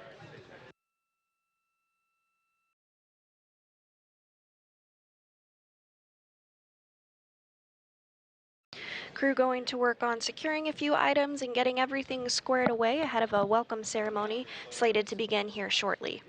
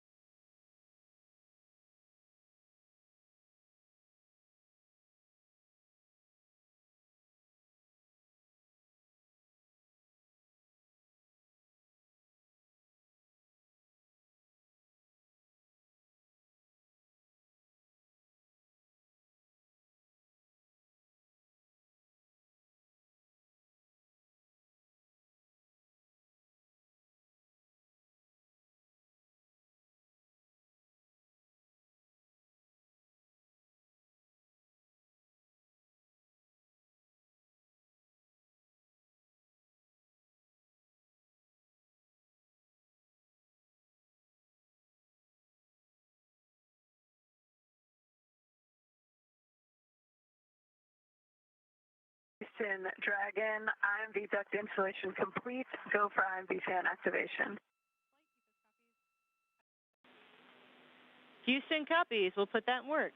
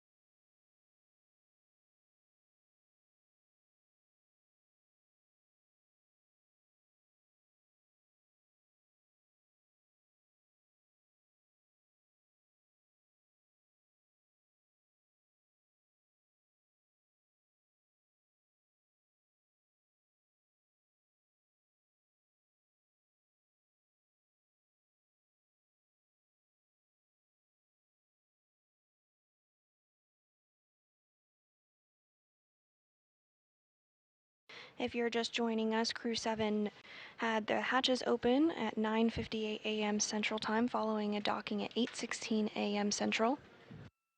We're standing by for a welcome ceremony here slated to begin shortly. The crew is just configuring some items inside Crew Dragon, setting up the cameras and preparing for that welcoming ceremony.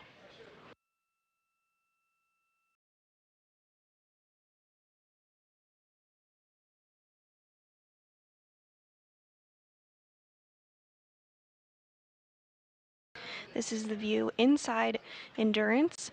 You can see the spacesuits there. They're in a drying configuration.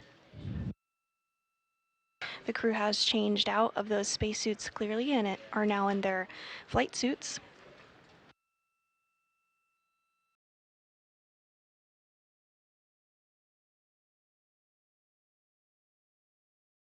Houston, Dragon, do we have a go in step 6.3 of 2.102 to open location 23 and check for debris under panel? Checking.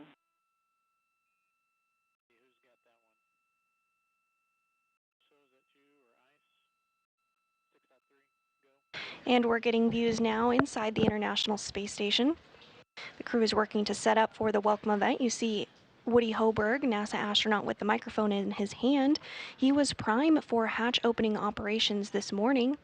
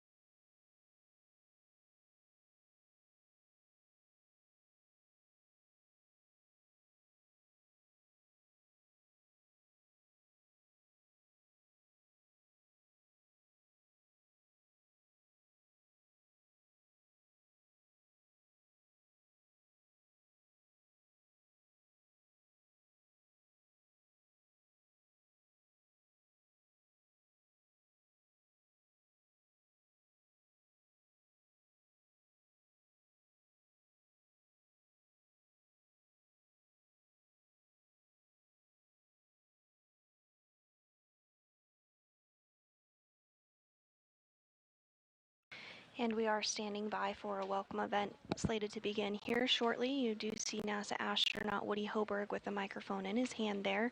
He is completing a scene and voice check. This is required for us to change out our LiO cartridge within 20 minutes for this, put the seal on. Copy, Jaws. We need to send 2 commands to get the IMV configured, so stand by. Shortly we'll be able to give you a go for 6.3.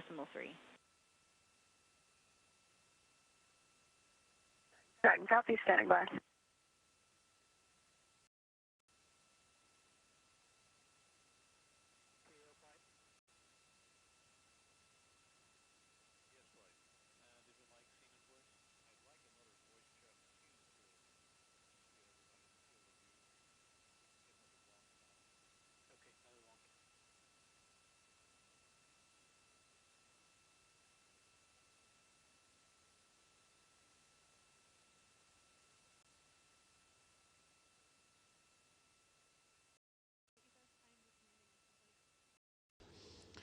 Long count on the wireless mic. 1, 2, 3, 4, 5, And 6, Dragon 7, Houston on Space Ground 8, 2, you have a go 9, in 6.3. 10. Dragon copies, go in 6.3.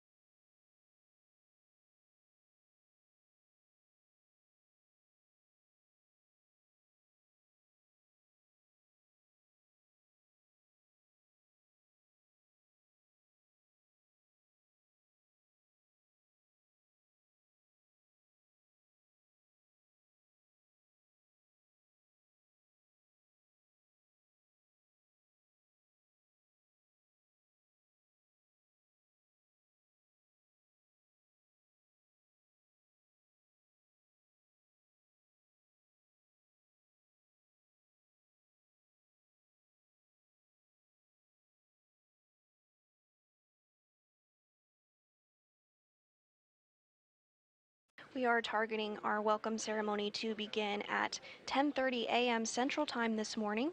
If you're just joining us, Crew 7 docked to the International Space Station at 8:16 a.m. Central following their launch yesterday evening from Kennedy Space Center in Florida. It was almost a 30-hour ride to orbit, but the hatches were opened at 9:58 a.m. Central. We did see Crew 7 float aboard the International Space Station, their home for the next 6 months, and we are standing by for that welcome ceremony to begin less than 15 minutes from now.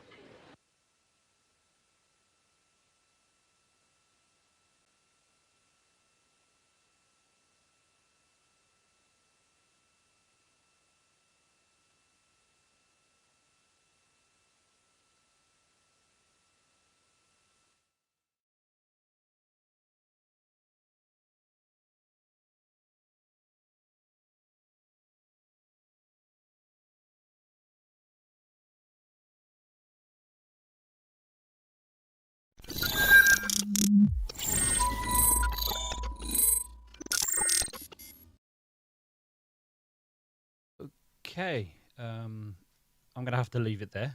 Sorry about that, but yeah, I've kind of pushed my time more than I can really anymore. To be honest with you, it's not the ceremony's not starting for another 10-12 minutes or so. So we don't have time for that now, I'm afraid. So we'll have to get out. So thank you very, very much for everybody for watching. Really appreciate it. Thanks for everybody for coming. And I'm hoping that once I know when the Dragon 6 is departing and returning to Earth, hopefully I'll cover that. That's always quite fluid. There's no set date for that or even time. But hopefully if it's not as silly a clock, well, I'll probably cover that as well. So really all it really leaves me to say is thank you very much and goodbye, and I hope to see you again soon when I go live next time or when I produce a video. Until then, take care.